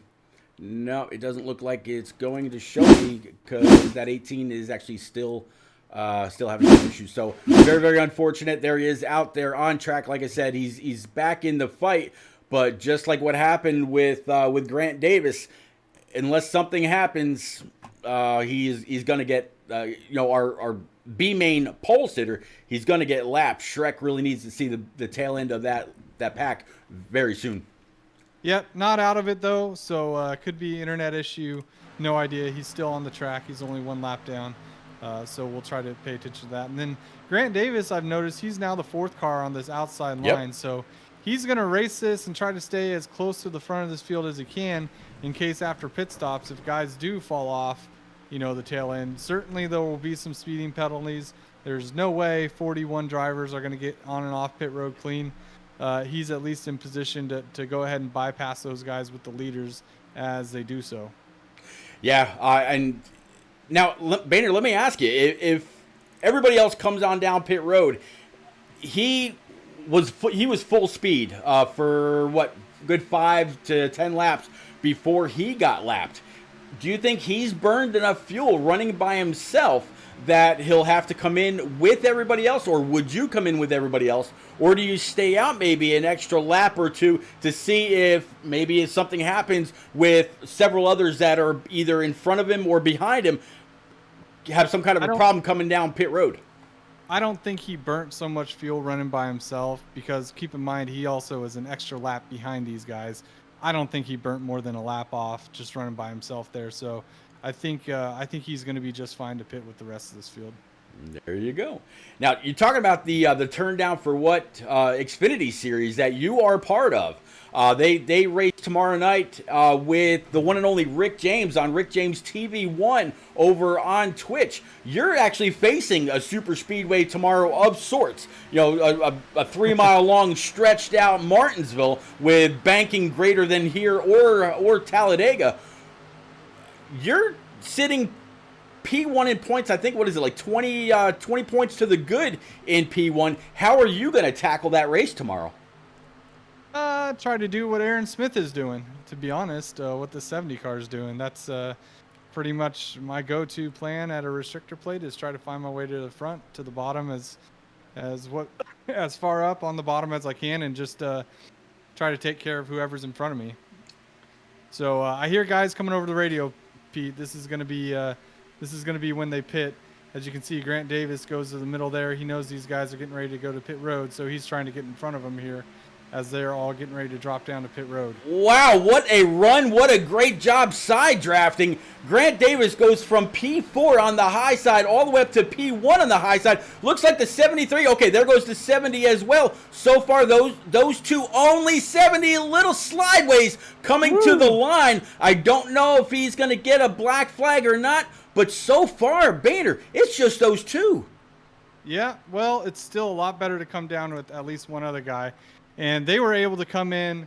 I kind of like that. They were able to get in. You could see they got all they could coming to pit road. So I think they're going to be okay, Pete, just coming out those two. But it's about to get wild, Pete. I think a lot more cars are going to start coming this lap. Yeah, I actually just saw the 41 drop out of line. Fuel. Yep, I think that is exactly it. So Matt Boone, Patrick Gaspar, Matt Heel, and Jacob Kerr, they're going to go ahead and take over the top spot as they come down pit road. 51 really locking them up. Matt Boone as well. He's actually going to go ahead and be able to take a spot from Jacob Kerr coming to the commitment line. Yep, so these guys are all coming down pit road. There's another, I think, 7, 8 cars. Jua is now on pit road. He's coasting down. Tough break for Jua. He was up there at the front basically this whole race, but he's going to get some fuel in it, and he'll probably not be with the rest of the pack, but you can see some guys. J-Paw just stormed through the middle here. Yep. There's guys trying to make up some ground here as they're getting ready to come to pit road. So pretty smart by Josh Arnold. This is going to be a big group. I get the feeling coming down pit road right here, Pete. Yep, 75 got tagged from behind by the 86. If he can get that righted, he could save a lot of time. Great job by several to miss him. Some not so much. Ended up going through the grass. So far, no caution. 33 laps in. Yeah, and there's probably not going to be a caution if they're on pit road, Pete. Not with the way iRacing does things. So that's why I said there's no way there's 41 guys we're going to get on and off without a problem. And right now, Justin Malarkey and Aaron Smith, they are flying, Pete. They just blew by Matt Boone on the backstretch. These two guys are really rocking and rolling here. Yeah, Raleigh Grant Davis up with the 22 of J-Pod. Looks like 25 now. He's dropping back. Don't know if it's due to fuel. Did he run out or up on that high side, or is he just letting these guys go, or they were just going a whole lot faster? 22, he's got a little slideways, so did some others. You see the 51 just leaving his pit stall. That Dr. Pepper car, you see him right behind the 22, the 9 of Enrique Canones, as well as the 23 of Jose Ruiz, 42 of Zader, and the 24 back there as well. Yep, and then I see Jacob Kerr. It looks like he might have a problem. I don't know if they got fuel in the car, Pete, so he's going really slow into turn 3. That's a tough break as well. Pit stops, we knew that was going to jumble things up. It looks like, right now I'm trying to figure out which pack is going to be in the lead here when this is all said and done, Pete. But I think it's going to be Malarkey and Smith for sure. They are still blown by guys as they're coming on the apron.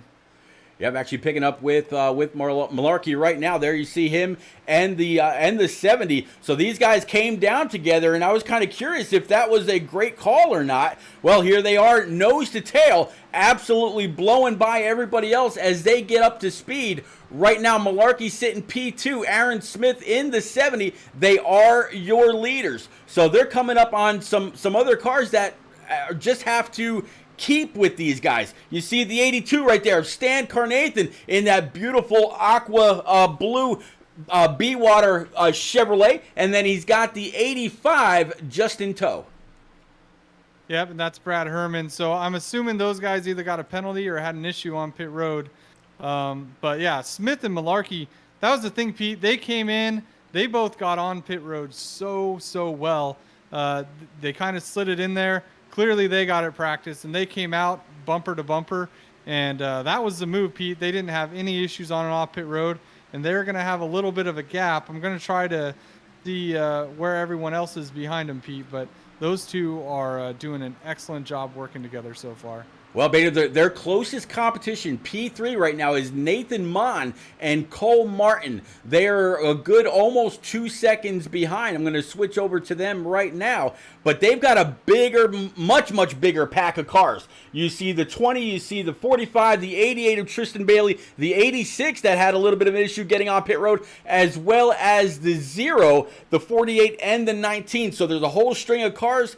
This isn't like the trucks that we saw the other night at the iRacing Super Speedway, where you could run away with just 2 or 3 or 4 trucks. If you've got a bigger pack of cars here at Daytona, whether it's in ARCA or otherwise, you can absolutely run down whoever's in the front. Yep, so some guys with pit road problems. I'm going to kind of go through that right now, but unfortunately it looks like Samuel Wade may have had a little bit of an issue on pit road. So did Matthew Heel. So did Pressey, Josh Arnold. Herman right now is sitting in P35, and you saw him in that 85 car right behind the leader with Stan Carnathan, and they are right now a lap down, 35th and 36th. Everyone behind them had a pit road issue, either were involved in the spin that happened there, or got a speeding penalty. So several cars a lap down now, Pete. That's going to make things interesting when the caution does come out, as those guys will certainly either take a wave around or fight for the lucky dog.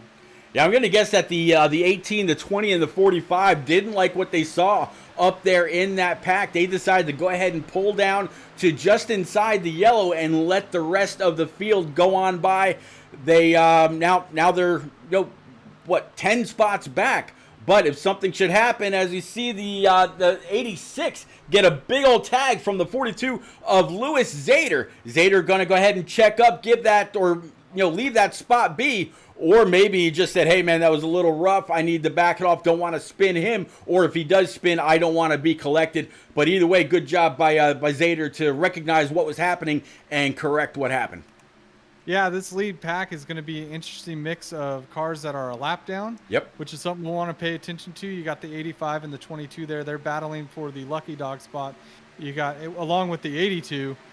And then that other group has certainly caught Malarkey and Aaron Smiths, who's now getting a little bit of a run on the outside with Stan, who hopped out behind him. Stan's going to go ahead and try and clear J-Paw and Herman to try and get himself in that lucky dog spot.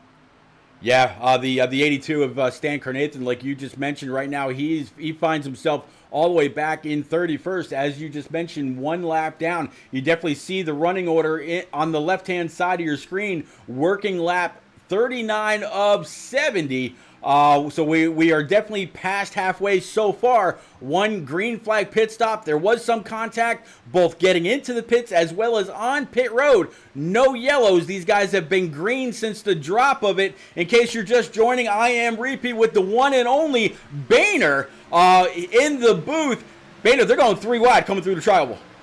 Yes, they are, and unfortunately, it looks like Grant Davis's problems have continued. I'm not sure what happened with him coming on and off pit road, but he's now lost a couple of laps, so going to be a tough hill to climb. But, if one caution comes out, several may follow, so we've seen that. I wouldn't count them out yet. But this pit stops have really split the field up here, Pete. We now got a group of, it looks like 13 drivers who are all within 2 seconds of the leader, mixed in with a bunch of lap cars who are also racing. They want to be the first car 1 lap down and try to get that lucky dog spot. Right now, Herman has control of that. But yeah, 13 guys right now in the thick of it. After that, there's a pack of about looks like about 6 guys who are about 9 seconds back. Then there's another pack of about 5 or 6 guys that are 13, 14 seconds back. So a lot of guys have caught up some people that they're running with. But like I said, there's only 13 guys in contention right now for the win, the way things are stacking up after those green flag pit stops. Yeah, actually just put the track map up on screen, and it shows exactly what you were talking about. There's a pack with a little bit of separation just now coming off of turn number 2, going down the backstretch. There's a much bigger pack coming off of turn 3, going into turn 4, and then there's a very, very small pack, and you can make out the number 14, which is old Mr. Latham, going past the tribal, now into turn 1. But yeah, definitely very, very 4 distinct packs of cars going all the way around this track. Yeah, and Tristan Bailey, he just made a great move to get out of the gas to avoid a wreck. Grant Davis went 3 wide through the middle, and I'm not sure who that was in front of Grant. I think that was maybe the 80. No, not the 82. I'm sorry. I'm still learning all these guys. I think it might have been David. You and me Houck. both. Yeah, it might have been David Houck in the 12 car, slid up in front of Grant, who slid up in front of Tristan. He did a great job of avoiding a wreck there. But yeah, let's talk about it. The guys who got on and off pit road well. It's Malarkey, Smith, Blevins, Bailey, Latham, LeBlanc, Holt, Banner, Boone, Zader, Mon, and Martin. Those guys are all in the thick of it here, sprinkled in with a bunch of lap cars. Absolutely. I'm actually going to bring it back to Matt Boone right now, running in P9. He's got that Dr. Pepper machine and the 09 just underneath him. Again, that 09 is going to be JB Banner, not Banner. And then, of course, there is that number 18 Shrek Mobile just behind that 09. You know, Boone was high, wide, and handsome for the entire first fuel run and sat in P2 on the high side, pushing the 41 target machine, which I actually don't see up here anymore. Yeah, he ran out of gas, Pete, and in fact, I'm not really sure where he's running at the moment. It looks like he's back in 29th. He's with a little group of about 4 cars. They're about 25 seconds back of this lead pack right now. So costly mistake there, running out of fuel. And Brad Herman right now, he's gone to the front of this field, so he's now on the tail end of the lead lap. And it's Stan Carnathan and Josh Arnold fighting for that lucky dog spot. Yeah, a whole lot going on as you continue to be able to see and keep up as well. Like you said, Josh Arnold rather, he's in that 22. So you saw J-Pod have some issues getting on pit road with that bigger pack, which again, Boehner shows why. When the 70 and the 73 of Justin Malarkey came down pit road by themselves. Not only were they able to re-inherit the lead when it was all said and done, they're up in charge of the main pack one more time, and some of those others that went down pit road later, they ended up making contact. Yeah, and Herman is really pinching Arnold now. He's trying to keep his nose out in front of him just in case that caution does come out. Like I said, those guys are racing for the lucky dog along with Stan. And then right now, first is Malarkey leading the bottom, and second is Smith. No surprise with Blevins in third, and Smith is second car on the top side. This has been a great race, Pete. Look at, I mean, some guys had some issues on pit road, but they're racing everywhere throughout the pack. And I cannot believe we're 45 laps caution free. Incredible job by everyone. Absolutely. Excuse me. Incredible. Got me choked up. Incredible job by everyone. Even with a couple incidents on and off pit road, this has been a great race so far. Absolutely. Watch the 85 there come on down, kind of pinch that 22 just a little bit, as well as the 48 of Corey Blevins. Blevins, one of the most recent people to join over on Twitter and followed, I think, just about everybody in this BeWater BeFast iRacing series. Boehner, why don't you go on over, grab yourself a tasty BeWater, maybe fill it with a little bit of a Ray's hydration pack, and come on back. I promise I will be here. And guys and gals out there in chat, if you want your own Ray's Energy, your own BeWater rather, go on down to the About section of my channel. You'll see there the BeWater BeFast, BeWaterBU.com link. Go on over. There is actually a promotion there that you've seen scrolling underneath the iRacing.com logo on the bottom right-hand side. Put in promo code BeFast, all caps, and you'll save yourself $5. Now, you can either choose to do that as a subscription where you get a case of water every month, or just a one-time thing. But you definitely don't want to miss out.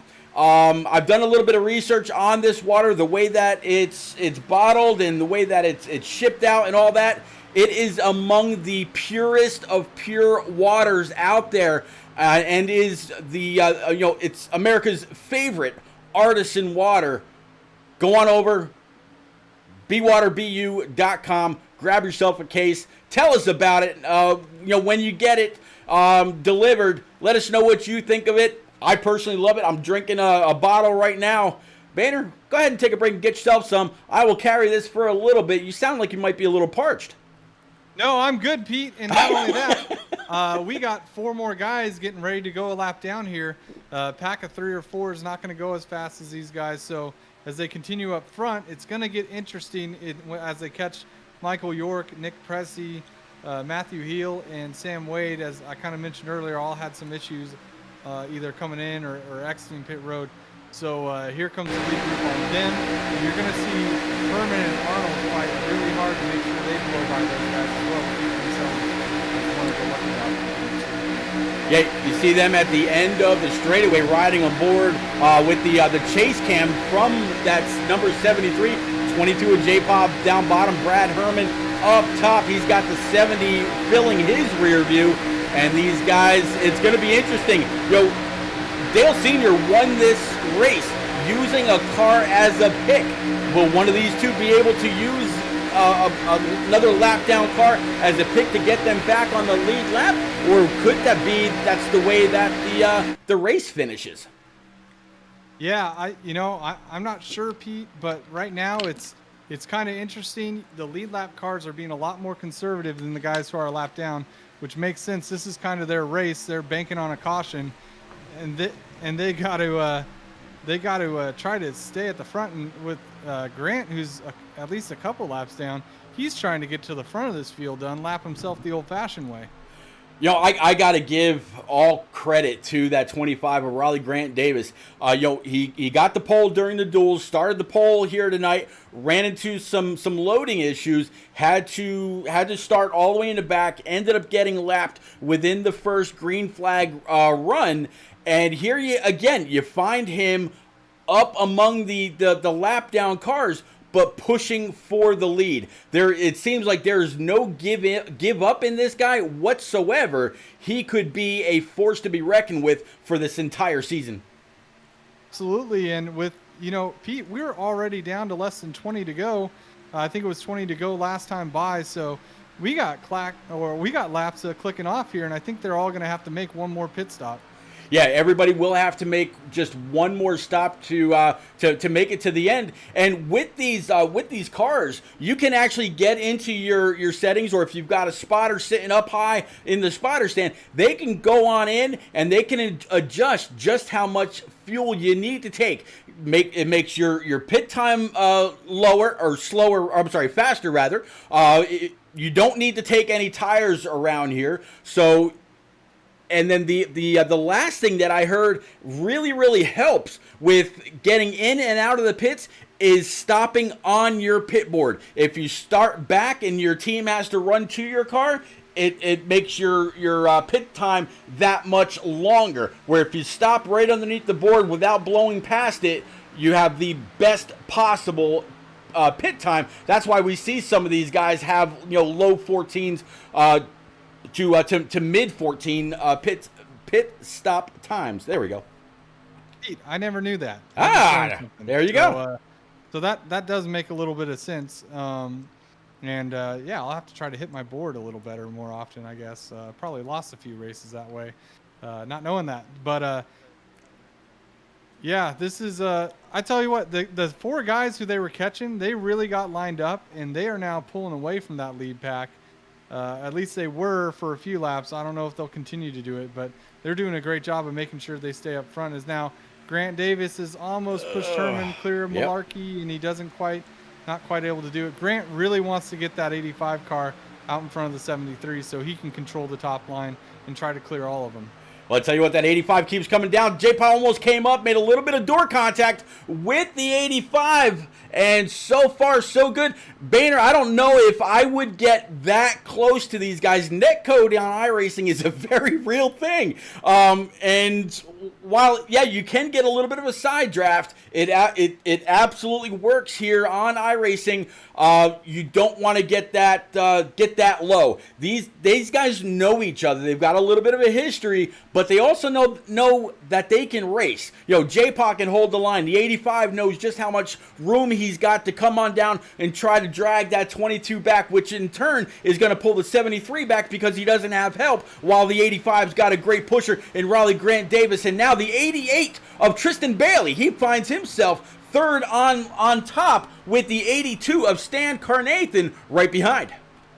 Yeah, Tristan did a great job getting on and off pit road. He kind of just rode there 20th plus on back. And that's what I was saying, Pete, a lot of these guys knew that it was going to be, it didn't matter how far forward you got. What was going to be the major decider and whether you have a shot to win this thing, especially going green, was how you got on and off pit road. So great job by him. Great job by Latham, LeBlanc.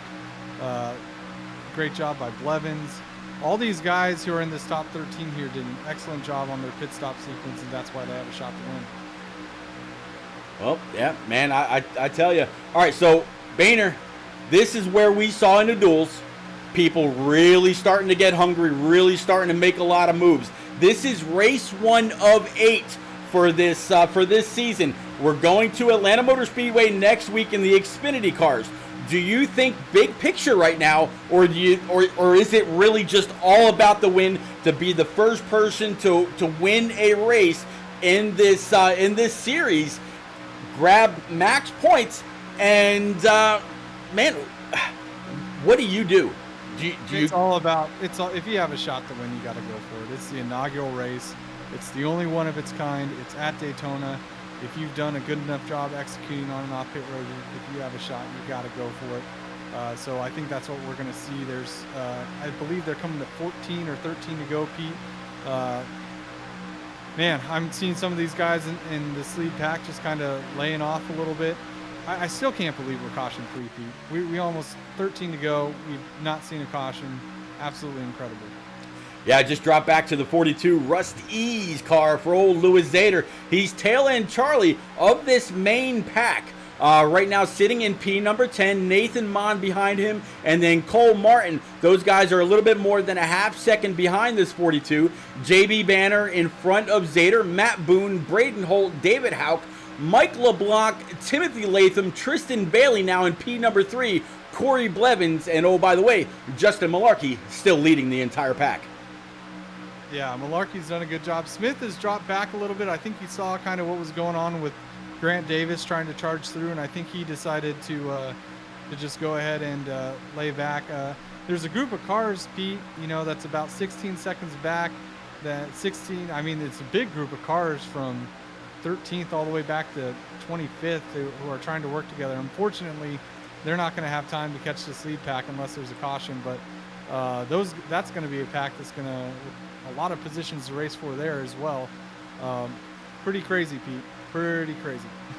Yeah, after the pit stops, there were 4 very distinct packs. As I just put the track map back up on screen as they come on by, I believe that's going to be the 18, if I'm not mistaken. I'm a little high in the sky right now with the blimp, but that pack is absolutely catching up. I don't think they're going to be able to get there in time.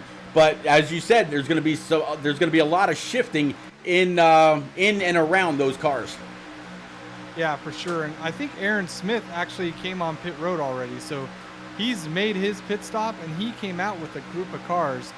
That is very fortunate for him. He came out with this group, and in fact, Wade Pressey and those guys, they had caught another group of cars, so he already made his pit stop, and now he's sitting there in the draft, making up good time. I have a feeling he might come out in good shape once everything cycles through. Riding around right now with John Honeycutt, sitting about OP16. Everybody is being led around by the one and only Tyler Dohar, Jose Ruiz, the 81 of Jaden Gimbel, John Osborne, and Zach Meredith, with Cole Snyder and Enrique Quinones. That's going to make up your top 20. These guys all nose to tail, but Boehner, there's just a little bit of a gap between them. I don't think they're going to have enough time. They're about 16 seconds or so behind the leader, and more starting to come on down pit road now. But you never know what's going to happen through this last pit stop sequence as Herman finally clears Malarkey and gets to the bottom, and he's going to plant it there. And now Grant Davis is going to work the top lane to see if he can get one of his laps back from Malarkey. Right now he's there, and Tristan Bailey's going to... Oh, as they peel on the pit road, Pete, here they come. Here comes the first group of leaders. Yeah, watching the 73, he was all about speed. J-Pie or Josh Arnold decided he was going to go up to the high line. 48 of Blevins right there with the 22. Josh Arnold a little bit more careful about coming down that time. He wanted to make sure that he didn't have anybody behind him, so he stayed right up by the yellow, and that allowed Tristan Bailey to go ahead and inherit the lead. And he knows that 25 of Raleigh Grant Davis is fast and he can hold the line.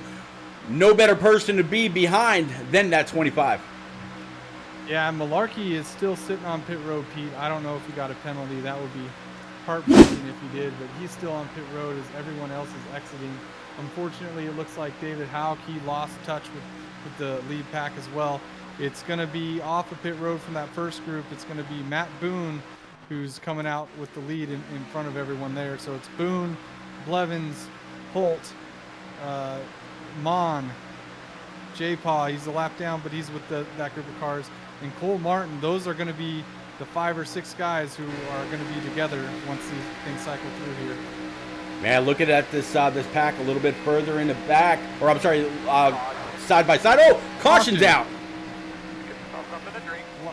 Wow. Let's see if we can find out exactly what happened. It had something to do with Drew Jua, so we're going to go ahead and try to pull him up right now and see exactly what happened. Yeah, I'm not sure, Pete. I'm going to try to find it myself, but I see Kyle Taub's involved. We're going to go ahead and rewind from here.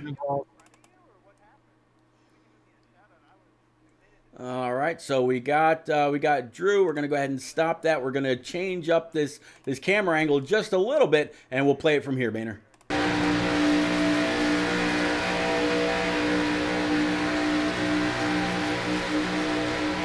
Going down the backstretch. So far, no real issue. They caught up to a couple of cars, and they ended up getting bottlenecked. There were two cars running side by side, going at least 20 to 30 mile an hour slower, and they just had nowhere to go. One car tried to pull up the middle, nothing doing, and that tore up a lot of really good cars. Yeah, that's unfortunate, Pete. I think when all this cycles through, I think Aaron Smith is going to be our leader, though. So good job by him. As far as pitting when he did, unfortunately, I see Jose Ruiz. He looks like he's pretty damaged up, so that's too bad. He's having a good run too, Pete, so that's tough. But Tristan's up front now, but Tristan, Latham, and I don't know who got the lucky dog. I wish I had caught it, at the time. It's showing Herman as a lap down, the first guy a lap down. So maybe he's going to get the lucky dog. But all those guys who pit, Pete, they're going to be ahead of Tristan, Latham in this group because they were not able to come around and lap them before that caution came out. Right. It looks like there's going to be 25 cars left on the lead lap, and looks like right now I'll be able to get the wave around car for you here in just a sec. Brad Herman. Brad Herman did get the wave around. He's coming around right now, so hopefully he doesn't run out of fuel. I know some of these guys were close, before this caution came out, and then you're probably going to get some guys taking some wave arounds too. I would imagine so, yeah. So we've been talking about that 25. Unfortunately, he fell a second lap down, so this isn't going to really be all that great for him. But hey, cautions do breed cautions, and he's been able to take those runs and really go with them to work his way on through the field. Well, so far right now, Louis Zader, he is being scored as the leader. Matt Boone, P2, Timothy Latham, Corey Blevins, and Mike LeBlanc. Others had to go on down pit road. So like you said, Tristan Bailey, he's going to have to start behind these guys. But old Boehner, by the way, in the duels, he made no bones about going 3 wide in the closing laps. Yeah, and it's these guys all did a lot of 3 wide racing in the duels, and that's what we're going to see the rest of the way, Pete. So basically, sorry, I keep hearing a bunch of race chatter in my ear from being in the lobby. So they're all trying to kind of figure out where they're supposed to be. But yeah, I think when this all cycles around, Pete, I'm waiting for it to reset to figure out who the leader is. But I think it's going to be Smith. That was my thought, at least before all this started happening. Let's see. Right now, it's still saying Zader as he passes by the entrance to pit road and across the start stripe that 42 Les Steve car. But again, there's still some things that have to happen, wave around cars and whatnot. I just don't I don't see that changing. Yeah, no, this is it. So Zader must have hit pit road like right when that caution came out. I think Zader, Boone, Latham, Blevins, some of these guys must have hit pit road right as that happened, or I missed something with Aaron Smith. But yeah, it's going to be Zader, Boone, Timothy Latham, Corey Blevins, Michael LeBlanc, Braden Holt, Nathan Mon, Cole Martin, Tyler Dohar, John Honeycutt, Tristan Bailey's back in the 11th position. So there was 10 cars who made their pit stops that did not go a lap down. Well, I'll tell you what, Shad out there and his brother Swats, as well as More Than a Cape, Ferret Man, Reedus, so many people out there in chat rooting these guys on. But I tell you what, right now, Matt Boone, he has got the most. And big thank you to Swats and Shad for all the bits. And I'm sorry I shared your man, Boehner. These guys are yelling at me because I told you the thing about the pit board thing. Oh, I tell you. So, Boehner, forget about what I said, and everybody else out there in chat, forget about what I said about the pit board. You don't have to be right under your pit board to have the max time. You don't have to, just forget I said anything about that. I was wrong. Okay. I'm not even sure I believe that, Pete. I'll have to test it out. But we're getting ready to go green. There's going to be 4 laps to go, Pete, or 5 laps to go. I guess 5 to go as Zader's going to lead them down with Boone on the outside. Yep, Zader, Boone, and then the 0, Timothy Latham, Corey Blevins, and Mike LeBlanc. That's going to be your top 5, and they've actually got a little bit of separation between the Dr. Pepper and Home Depot car on the bottom. But as always, they're going to get pulled right on back up. But how about this run from Tyler Dohar and John Honeycutt? They found their way into the top 10 on that high side. I talked to John Honeycutt. I didn't get a chance to talk to Tyler Dohar. But great job by them to be in the back, avoid everything that happened, and now they've got a real chance to finish strong in the points, staying right where they're at. Yep, and Aaron Smith just made a move 3 wide, so he's up behind Tristan Bailey. Dohar, Honeycutt both doing a great job. They were kind of in that second pack after the pit stops, but they've come from way back in the field. Oh yeah, factor here at the end, as they continue to be side by side up front, Pete. Yeah, a little bit of lag on screen. I'm going to try to change that up. Caution's out. Caution. Oh, okay. Let's see what happened. Come on. There we go. Okay, we're stable again. I'm not quite sure what's going on with that. That's what was just happening right there is what happened the other night when it told me I got kicked. Hopefully it doesn't happen again. My bit rate and everything like that is great. Definitely want to thank almost every single one of you 60 viewers out there in chat. I appreciate you more than you know. Oh man, and it looks like the 83 was 3 wide in the tri-oval with the 09. They made a little contact that set off a domino effect. If you can go to the 09, Pete, that'll kind of show you where this all started if you're still with us. Oh yeah, nope, I am absolutely still here. I see Patrick. Hold on, here we go. I'm getting there right now, I promise you. Yeah, unfortunately, it collected Houck, it collected York, collected Noe, Grant Davis, Kerr, all involved. Everyone else missed it though. So pretty good job by most of them. Yeah, see if you can fire up a replay there. Yep, working on that right now. No worries, you got time, Pete. I just couldn't wait. I had to go find it myself and update everyone who was involved. I think Houck probably got some pretty big damage out of that. I think Noe might be okay, but they're definitely going to want to come down pit road and at least fix those cars. Yeah. I'm actually going to run this back a little bit further. We're going to stop it right there. And we're actually going to look on from James Kerr. So far, chase on and play.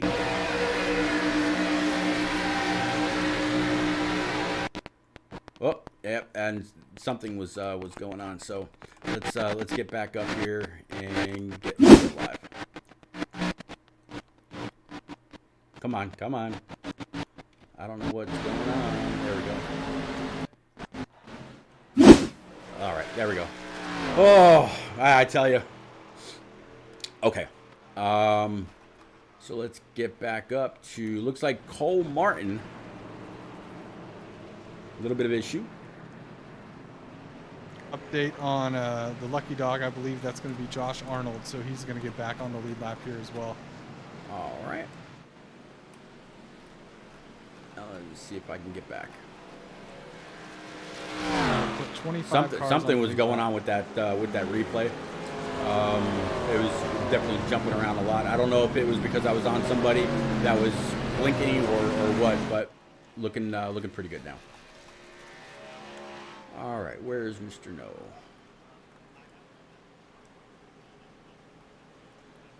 There's Jeff. He's still on pit road. All right.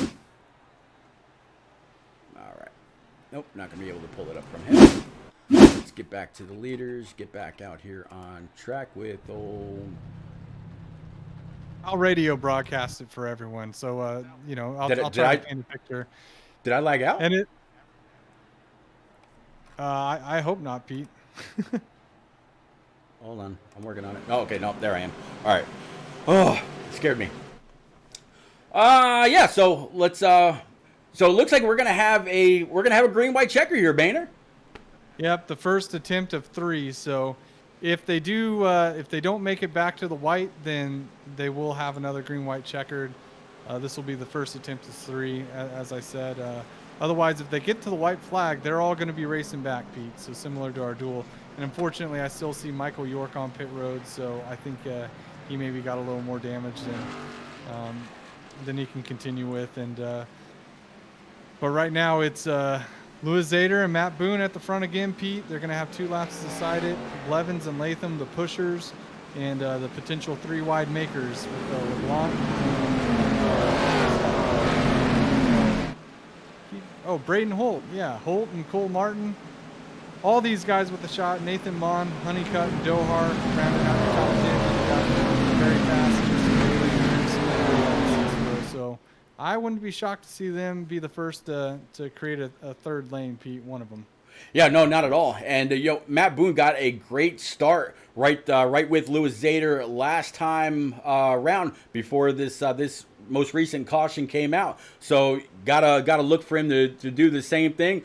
Tim Latham in that Raise Energy machine, I'm sure he's gonna do great. So will the 48 of Corey Blevins, and then of course the that number 19 right there of Mike LeBlanc, Braden Holt, Cole Martin. But you gotta give big props one more time again to Tyler Dohar and John Honeycutt. But Boehner, gloves are off. 3 laps to get it done. Yep. Max points. 23 cars on the lead lap, and believe me when I say every single one of them has a shot to win this, Pete, under this green-white checkered. Based on what we saw in the duels, I mean, there's a wreck up front on that last lap. It's going to be who can get the car straight and back to the line first. I hope that's not what happens, but even though that could be thrilling. Green flag's out. Zader's up front. Boone's got a pretty good jump on that outside.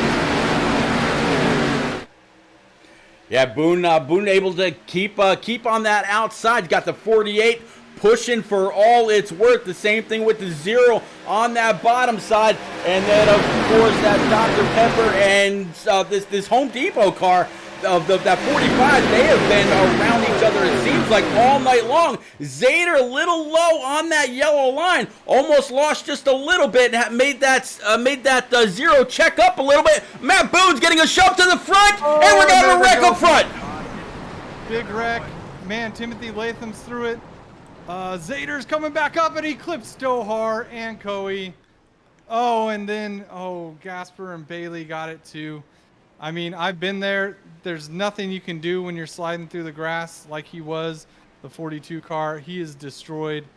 Oh, man, and Dohar, unfortunately, he got a piece of it after he had made it all the way through, and Zader sliding through the grass could not get it stopped. So, oh man. But Pete, this is gonna be another green white checker, Pete. They didn't get back to the line, so it's gonna be Latham, and then LeBlanc, and then Mon. That's your top three right now. Looks like Cole Martin. Drew Jua back to no, he's a lap down, so he's gonna get the lucky dog. Then Aaron Smith looks like he got through it. Man, this is crazy.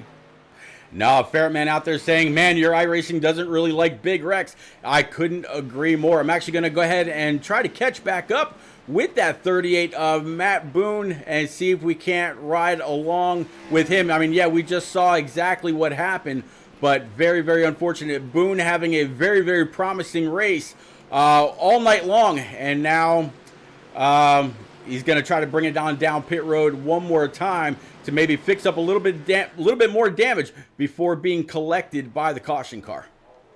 Yeah, and even though Boone got turned there, once again, it's kind of one of those things where he's just trying. The car behind him is just trying to help push him forward. You know, I believe it was Blevins who was behind him. He was pushing him really hard there, and you know, he's just trying to clear him. You know, he's trying to get clear. He's trying to get himself clear. And unfortunately, actually, when I look at this again, it looks like Blevins kind of tried to go through wide. Boone tried to block. They weren't really matched up, and that was just triggered a big wreck there. Absolutely. But Latham, Amon, LeBlanc, I tell you what, I feel heartbroken. I mean, that 77 car, he was through in 4th place, and the 42 just couldn't get it stopped in the grass and slid up and hit him way after he'd already missed it. So that is a huge bummer, man. Huge bummer for him. We'll have to see how this field resets and see who's able to continue on with a decent car here, Pete.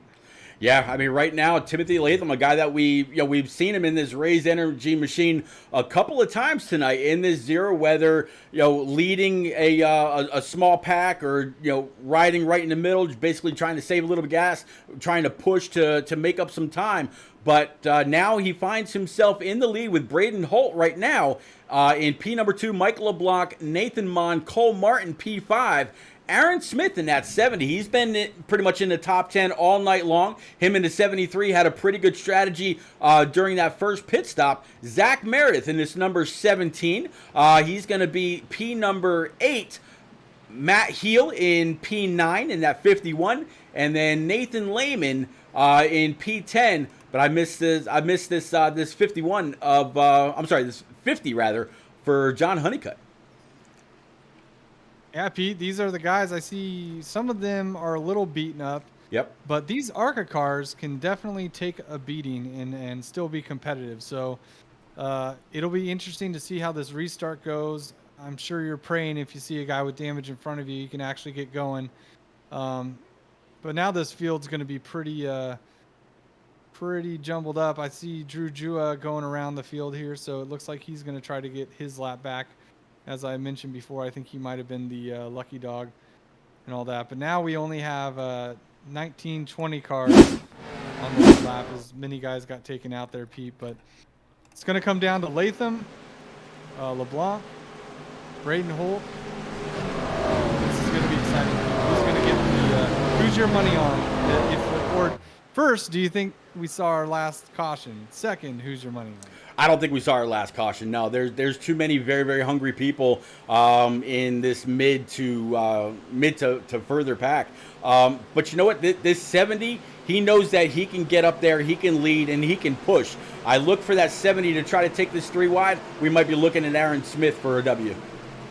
Yeah, honestly, where Timothy Latham is at is, we just saw it. The first 4 cars, they got to push in. Got to maybe trying to throw some blocks, trying to go to the middle. The second one, so it's hard being the leader, Pete, on these green-white checker restarts. You can't get too big of a jump, and you got to do a good job of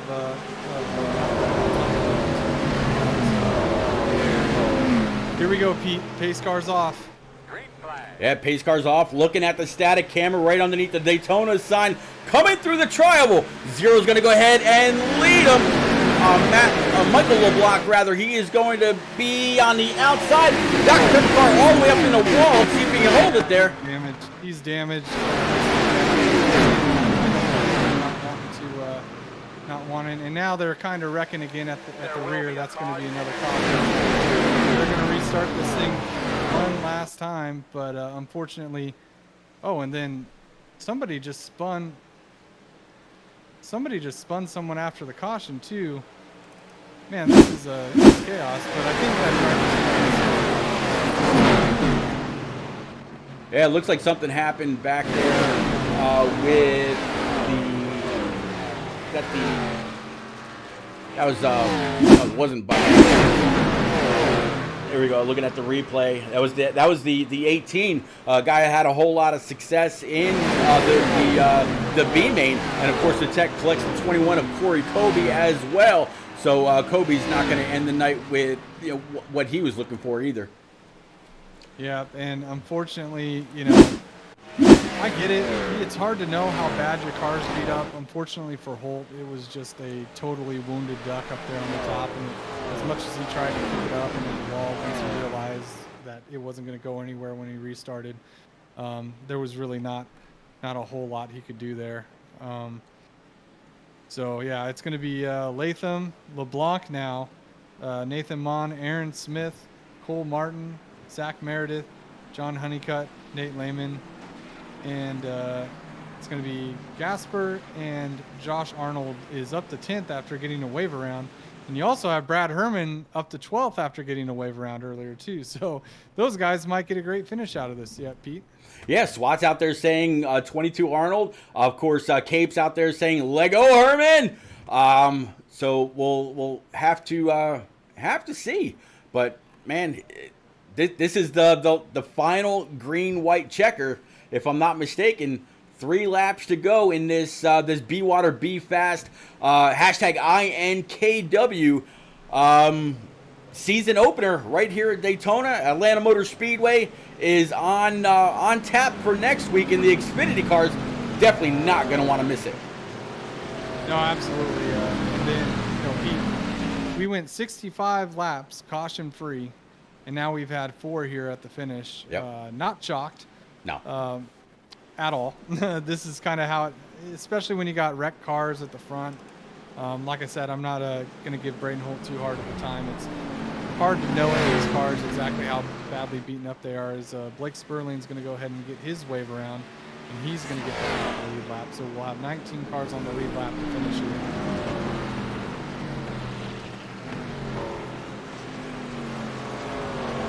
All right, Boehner, we're taking a breath.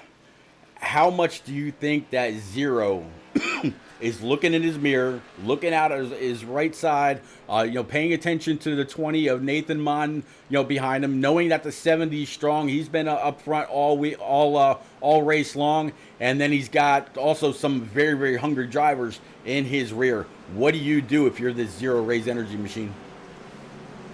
To do is get a good restart, but not too good of a restart. He wants to keep that 20 somewhat near him, and he does not want the 19 and the 70 to get a huge run off of 2. If they do, they're going to go right by him. So like I said, it's very, very difficult when you're the leader here on these restarts. He's done a good job so far, but it's going to be hard.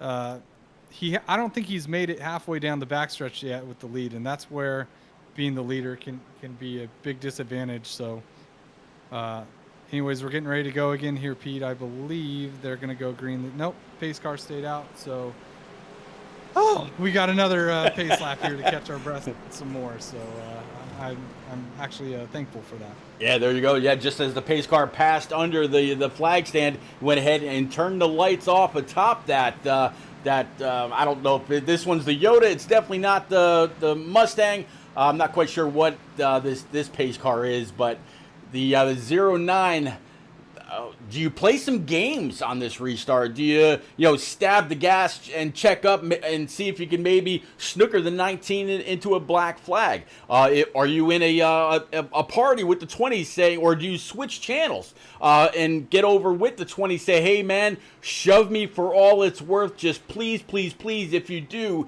hit me square. there's Yeah, there's so much you can do as a control car.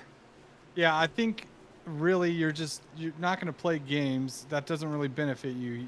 It is on the leader, so he's going to get to hit the accelerator before anyone else. Playing games at the front normally doesn't work out well for you, especially at a place like Daytona. He wants the 20 to get a decent start with him, so he should really take off smooth here and hope that the 20 stays fairly connected. And like I said, the big thing is going to be watching the run that 70 and 19 get on the outside off of 2. Yeah, a little bit further in the back, you got, as you just said, the 17 of Zach Meredith. Underneath him is going to be the 50 of John Honeycutt. Patrick Gaspar, one of the guys that I believe Matt Hall wanted me to pull into the booth. Here we go. Pace car is going to pull off. Raise Energy control car at the front. Still a long field behind him. Not everybody's still running, but this is for all the marbles. No more green-white checkers after this. 0 hard on the gas. 19 right there, pitching the 20 down. Too far. 19 spun all by himself. No caution.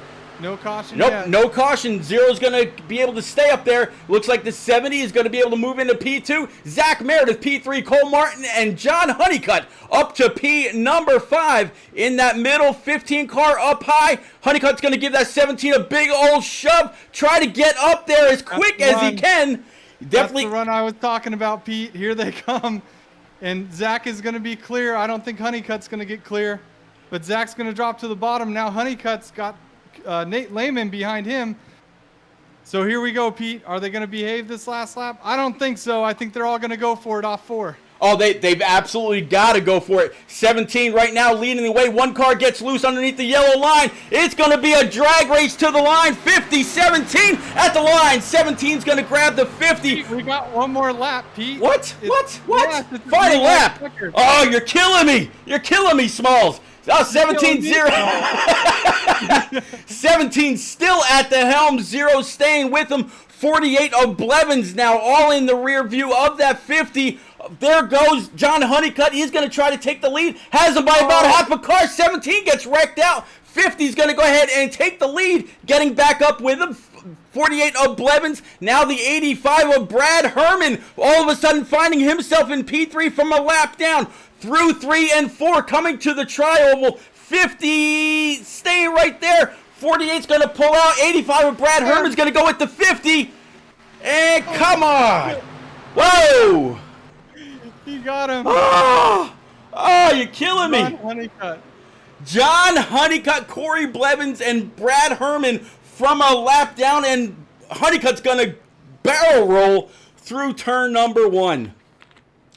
You know something? Wow. Honeycutt had frozen Eliza Bethal in his ear all night long as his spotter. I bet he is thanking her all for all that he's worth. My goodness. Congratulations, John Honeycutt, Oh, Corey my Blevins, Herman. We got some real heartbreak here for, Latham, Boone, Zach Meredith. I feel terrible for him. Man, that was intense, Pete. That's pretty much what we thought was going to happen, minus all the green flag racing at the beginning. But holy smokes, we're going to have to get those guys in the booth, and we're probably going to have to take a quick break here.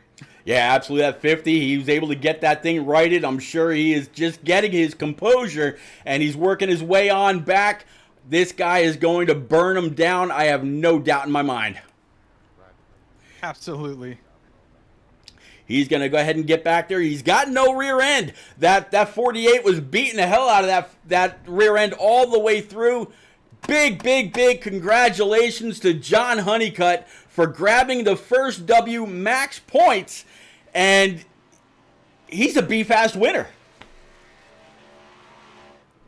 Absolutely. Congratulations, John Honeycutt.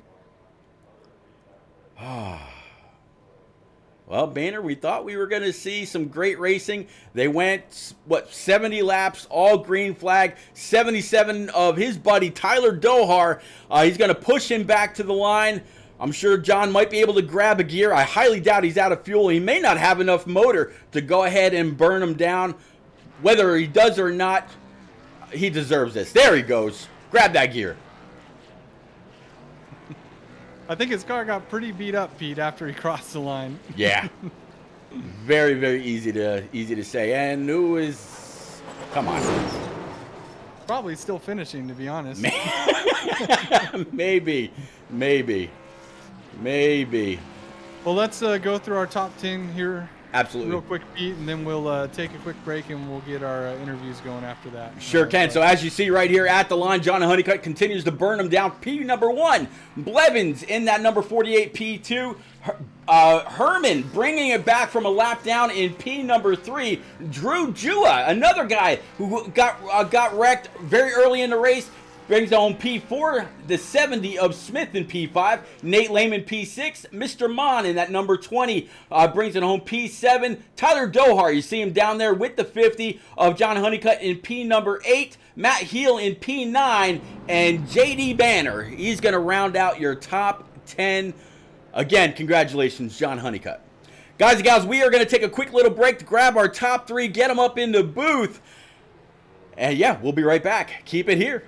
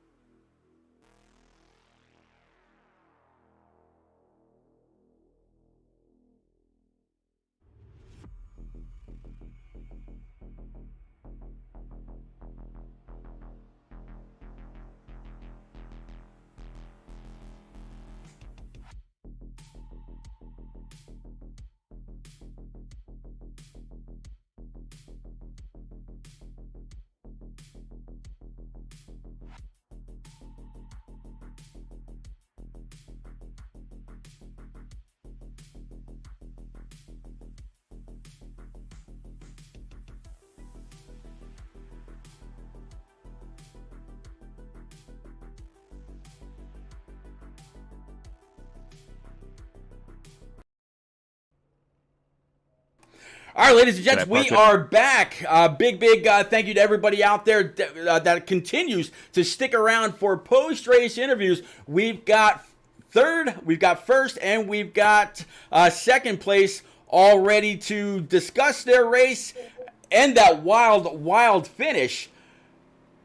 Boehner, this number 85 it seems like he came from nowhere. When he first popped into the booth, he goes, man, I don't know where that came from. And he did one hell of a job to come back from a lap down to finish P3. I believe you got driver 85. What's up, Brad Herman? Congrats on P3, man. I don't even have a question for you. Just talk, man. What I mean, what happened there? You were a lap down, you got it back, and I think you restarted. Definitely not in the top 10 for that final few restarts. So tell us about the end there. How'd you do it? And congrats on P3. Yeah, well, we were coming down to green flag pit stops there, and they started wrecking in front of me. I tried to dodge it and was locking the tires up, and I ended up splitting a cone, so I got a 40-second hold penalty. Was lucky enough to come out right in the middle of the pack, and was battling with Arnold there for a while, trying to get back to the front and stay on the lead lap, or to be the lucky dog. Managed to get the lucky dog. Restarted way in last behind all the lap cars. I think another wreck happened. Was able to pass all the lap cars, and then a big one happened that I just held it down and just went through it. Somehow I got through it, and then was just working my way. I was trying to help Tristan Bailey out. I led him up to the front line, and the leader got wrecked, I'm pretty sure, and I got hit from behind. Went spinning through the infield. Had a little bit of damage, my spotter was telling me, but I was good. I think I restarted in like 16th, and just managed to work my way up little by little with all them cautions. And right in that last one, I just let it go, went through the middle lane, and guys right in front of me wrecked again, and I just made it through. And if there was like 50 more feet, I think I'd have won it. But congrats to those guys in front. They did a hell of a finish, and Corey was definitely close, so congrats to them. You definitely got close enough to make it the inaugural 3-wide finish. Not quite a photo finish, but man, that was a great job. Good job dodging those wrecks. Good job, being smart up there in the lead pack and while still continuing to try and get your lap back. That was really fun to watch between you and Josh Arnold and Stan Carnathan. I mean, good job navigating the race and your P3. So congratulations once again. And Pete, go ahead and take our second place driver. Absolutely. Corey Blevins, driver number 48, Blevins decal machine, I believe. Corey, you pretty much for the most part able to keep that number 48 clean throughout the race, and even through the wild times a little bit later on, once the whole thing where cautions breed cautions. Talk us through your race. When did you realize that, hey, I've got a real legit shot here, after doing a great job in keeping that car for the most part unscathed? Yeah, I was just kind of riding it out there for the longest time, just biding my time, not trying to go for it, when not necessary. Grant there, my teammate, he was, supposed to be on pole, but unfortunately didn't get in time, so I wasn't able to really work with him. But he'll be back next week and be pretty good and set to go for Atlanta. But yeah, my race, just try to stay out of trouble and somehow almost won it. So close. I mean, it's crazy. I normally always wreck out of these, so luck was on my side finally. Well, whether you call it luck or not, or maybe you've got a little bit of that Jimmy Johnson, horseshoe luck in, tack welded to the inside of that 48. Definitely big congrats. We're moving on to Atlanta Motor Speedway next week in the Xfinity cars. How you feeling about your chances next week, or is this a sign of things to come for you? I like my chances. I've fairly I practiced the Xfinity car quite a bit, ran it quite a bit, so I feel pretty comfortable with it. We'll see what happens. I would think anywhere top 15, top 10, it's not out of the question. Maybe more. We'll see. There you go. Congrats again on P2. Great way to start the season. Any quick shout outs for you, sir? Just Blevins Design Company, and then Keys Architects Associates. They'll be on board for a few races as well. So there you go. Well, Boehner, you've got driver 50. I tried walking or talking this, talking, and spotting for this guy through to a championship race not too long ago. And it looks like old John Honeycutt, he's got a front row seat for being front row in the points so far. Once they're all updated, You've got driver 50, John Honeycutt. John Honeycutt, man, congratulations. Inaugural BeWater, BeFast event winner from Daytona in the ARCA cars. I'm handing you your trophy, your virtual trophy right now. Handing it Yes. from California out to where you're at. I forget what Orlando. state. Orlando, Florida. Yes, Hey, baby. I've driven from Fresno to Orlando, so maybe I'll just make the drive Yes. again and get it over to you here in about 48 hours. But congratulations, man. Walk us through your race. Let us know what your thoughts were coming off of 4 there, and let us know if you knew you won at the line. Wait. Please tell me this is not a dash race, right? This is the official first race, right? This is Please the don't- official first Okay, race. You okay, got it, buddy. yes. Oh my God! First of all, I want to thank Dohar for being a good team driver. We were kind of sticking together all race long, and then for Eliza to come in here, to dedicate her time. She didn't know if she was able to do it tonight or not. I'm a little nervous right now and excited, so bear with me. But yeah, she did an amazing job for the first time spotting, doing the crew chief stuff. We were just kind of hanging in there on the back. We were kind of just playing it safe.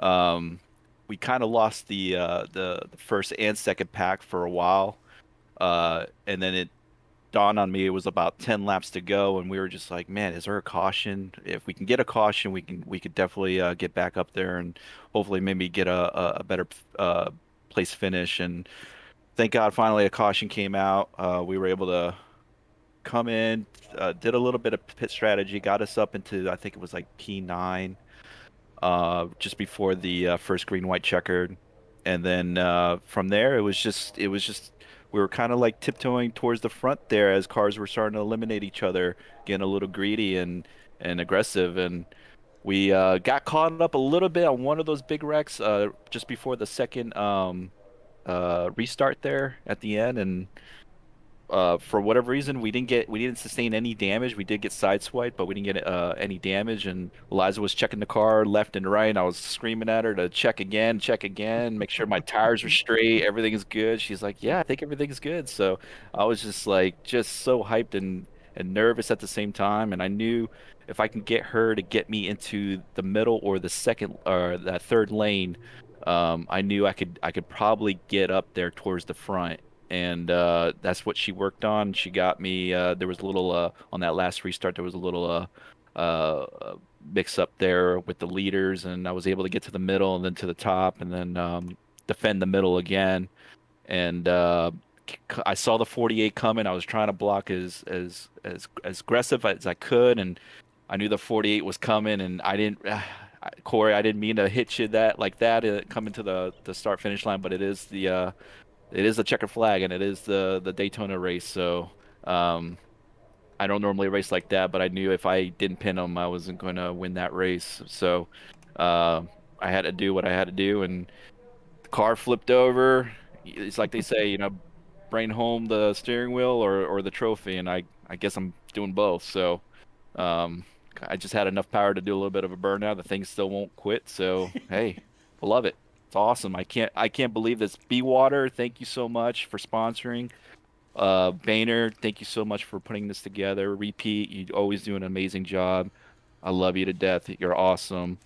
Um, and everyone else who's put this together, everybody else that's involved in this, thank you so much. Awesome. Pete, any questions for Honeycutt? I know you kind of did your shout outs already, so but was there anyone else you wanted to thank here before we see if Pete has any questions for you and let you get back to celebrating? High Tech Security, they've been with me since the beginning, and Melody Woodworks out in Las Vegas. They do a lot of good stuff over there, so they're usually on the car as well. So and then again, Eliza for just being there for me tonight, and she didn't have to. She had so many other things she could have done tonight, but she came out to take that risk, take a chance doing it for her first time, especially at a restrictor plate track. And then yeah, she did an amazing job. She got me through the troubles and through the chaos, and we made it to the end. Yes, sir. Good job. Pete, anything for Honeycutt before we let these guys go and get back to their teams and celebrating? Honeycutt, man, big congrats to you. I got a chance to actually meet you in Daytona in August. Unfortunately, we're not going to be able to do that again for the 500, but you were the last person I got a chance to talk to between the B main and this. So if I got to talk, who do I need to talk to next as the last person between the B main and Atlanta when we head there? And what do you think of that race, and what do you think of your chances of possibly going back to back? Oh man, tomorrow I'm going to Daytona for the testing for the new next gen, so that's gonna be a lot of fun, and I'll be in the garages there where we met. So Okay. I'll definitely be remembering you when I'm there tomorrow. Yeah, Atlanta. I love Atlanta. I haven't really. I don't have a whole lot of experience in the Xfinity cars there. For whatever reason, I'm always bypassing that race with Xfinity, but I ran there a couple times recently, and I did pretty well. So I think my confidence is I think I'm pretty good. I should be able to at least maybe get a top 15 or something like that. Yeah, Dohart, what a guy. I mean, he really helped me out today. He was huge on just communicating with me all day long. He would be the next guy that I would talk to There you go. for sure. Yeah. Tyler Doher absolutely will actually be able to catch up with him on Wednesday night during the Filter Time Xfinity Series, hydrated by our sponsor, BeWater. Speaking of which, Boehner, something we forgot about throughout that race, and I know we were still taking names. Who did you need a little bit of time to work out the names and math and numbers and logistics to give away that case of BeWater? Gotta put him on the spot. I think I'm looking at it right now. I think if anyone had Nathan Lehman, they're gonna win that. So Okay. I think he was the top finisher. He finished sixth tonight, and he was the first finisher out of those guys who had to dash their way in. All right, so we'll go congrats back. to whoever that is. We'll go back and figure it out. See if Yep. anyone had Nate Lehman. Yep, we'll go back and rewatch the stream, and if anybody picked Nate Lehman, you've earned yourself a 24 pack of BeWater, America's favorite artisan water. Well, Boehner, week number 1, race 1, win 1, all now in the books. John Honeycutt is the winner here from Daytona. Moving on to Atlanta Motor Speedway next week in the Xfinity cars. If you're looking into that crystal ball, and then a big thank you to Green Concepts and BeWater, what do you foresee, sir? Yeah, I think Atlanta. We're done with the restrictor plates. As much fun as it is, it's also kind of a nightmare as far as trying to keep up with everything. So on to Atlanta, on to some real racing, and some guys. Those Xfinity cars slip and slide around there pretty good. You're going to have to conserve tire. That's going to be a lot of fun to watch and see who prevails on that rough racetrack out there in Georgia. All right. And again, big thank you to Miss Amy for our command to start engines. Green Concepts, Mr. Green, Miss Amy, if you guys watch this, or if you go back and watch this, again, big thank you for getting behind a fairly new, if you don't count the time that American Ethanol was in business, iRacing series. Please know that we completely appreciate you. We completely support you. One more time, everybody, go on down to the About section. Go on over to BeWaterBU.com. Pick yourself up a case of BeWater. And if you happen to be in the stock market, go on over, take a look at INKW. I promise you will not be disappointed. Boehner, buddy, thank you very much for again tagging me to come along for this journey. We got a month and a half or a month and 3/4 to go. Race 1 is in the books. Thanks again, Pete. You got it. Everybody else, thank you out there in chat. Almost all 70 of you that came out, hung out, chatted up, kept us company. We will see you next week from Atlanta Motor Speedway one more time. Take care of each other.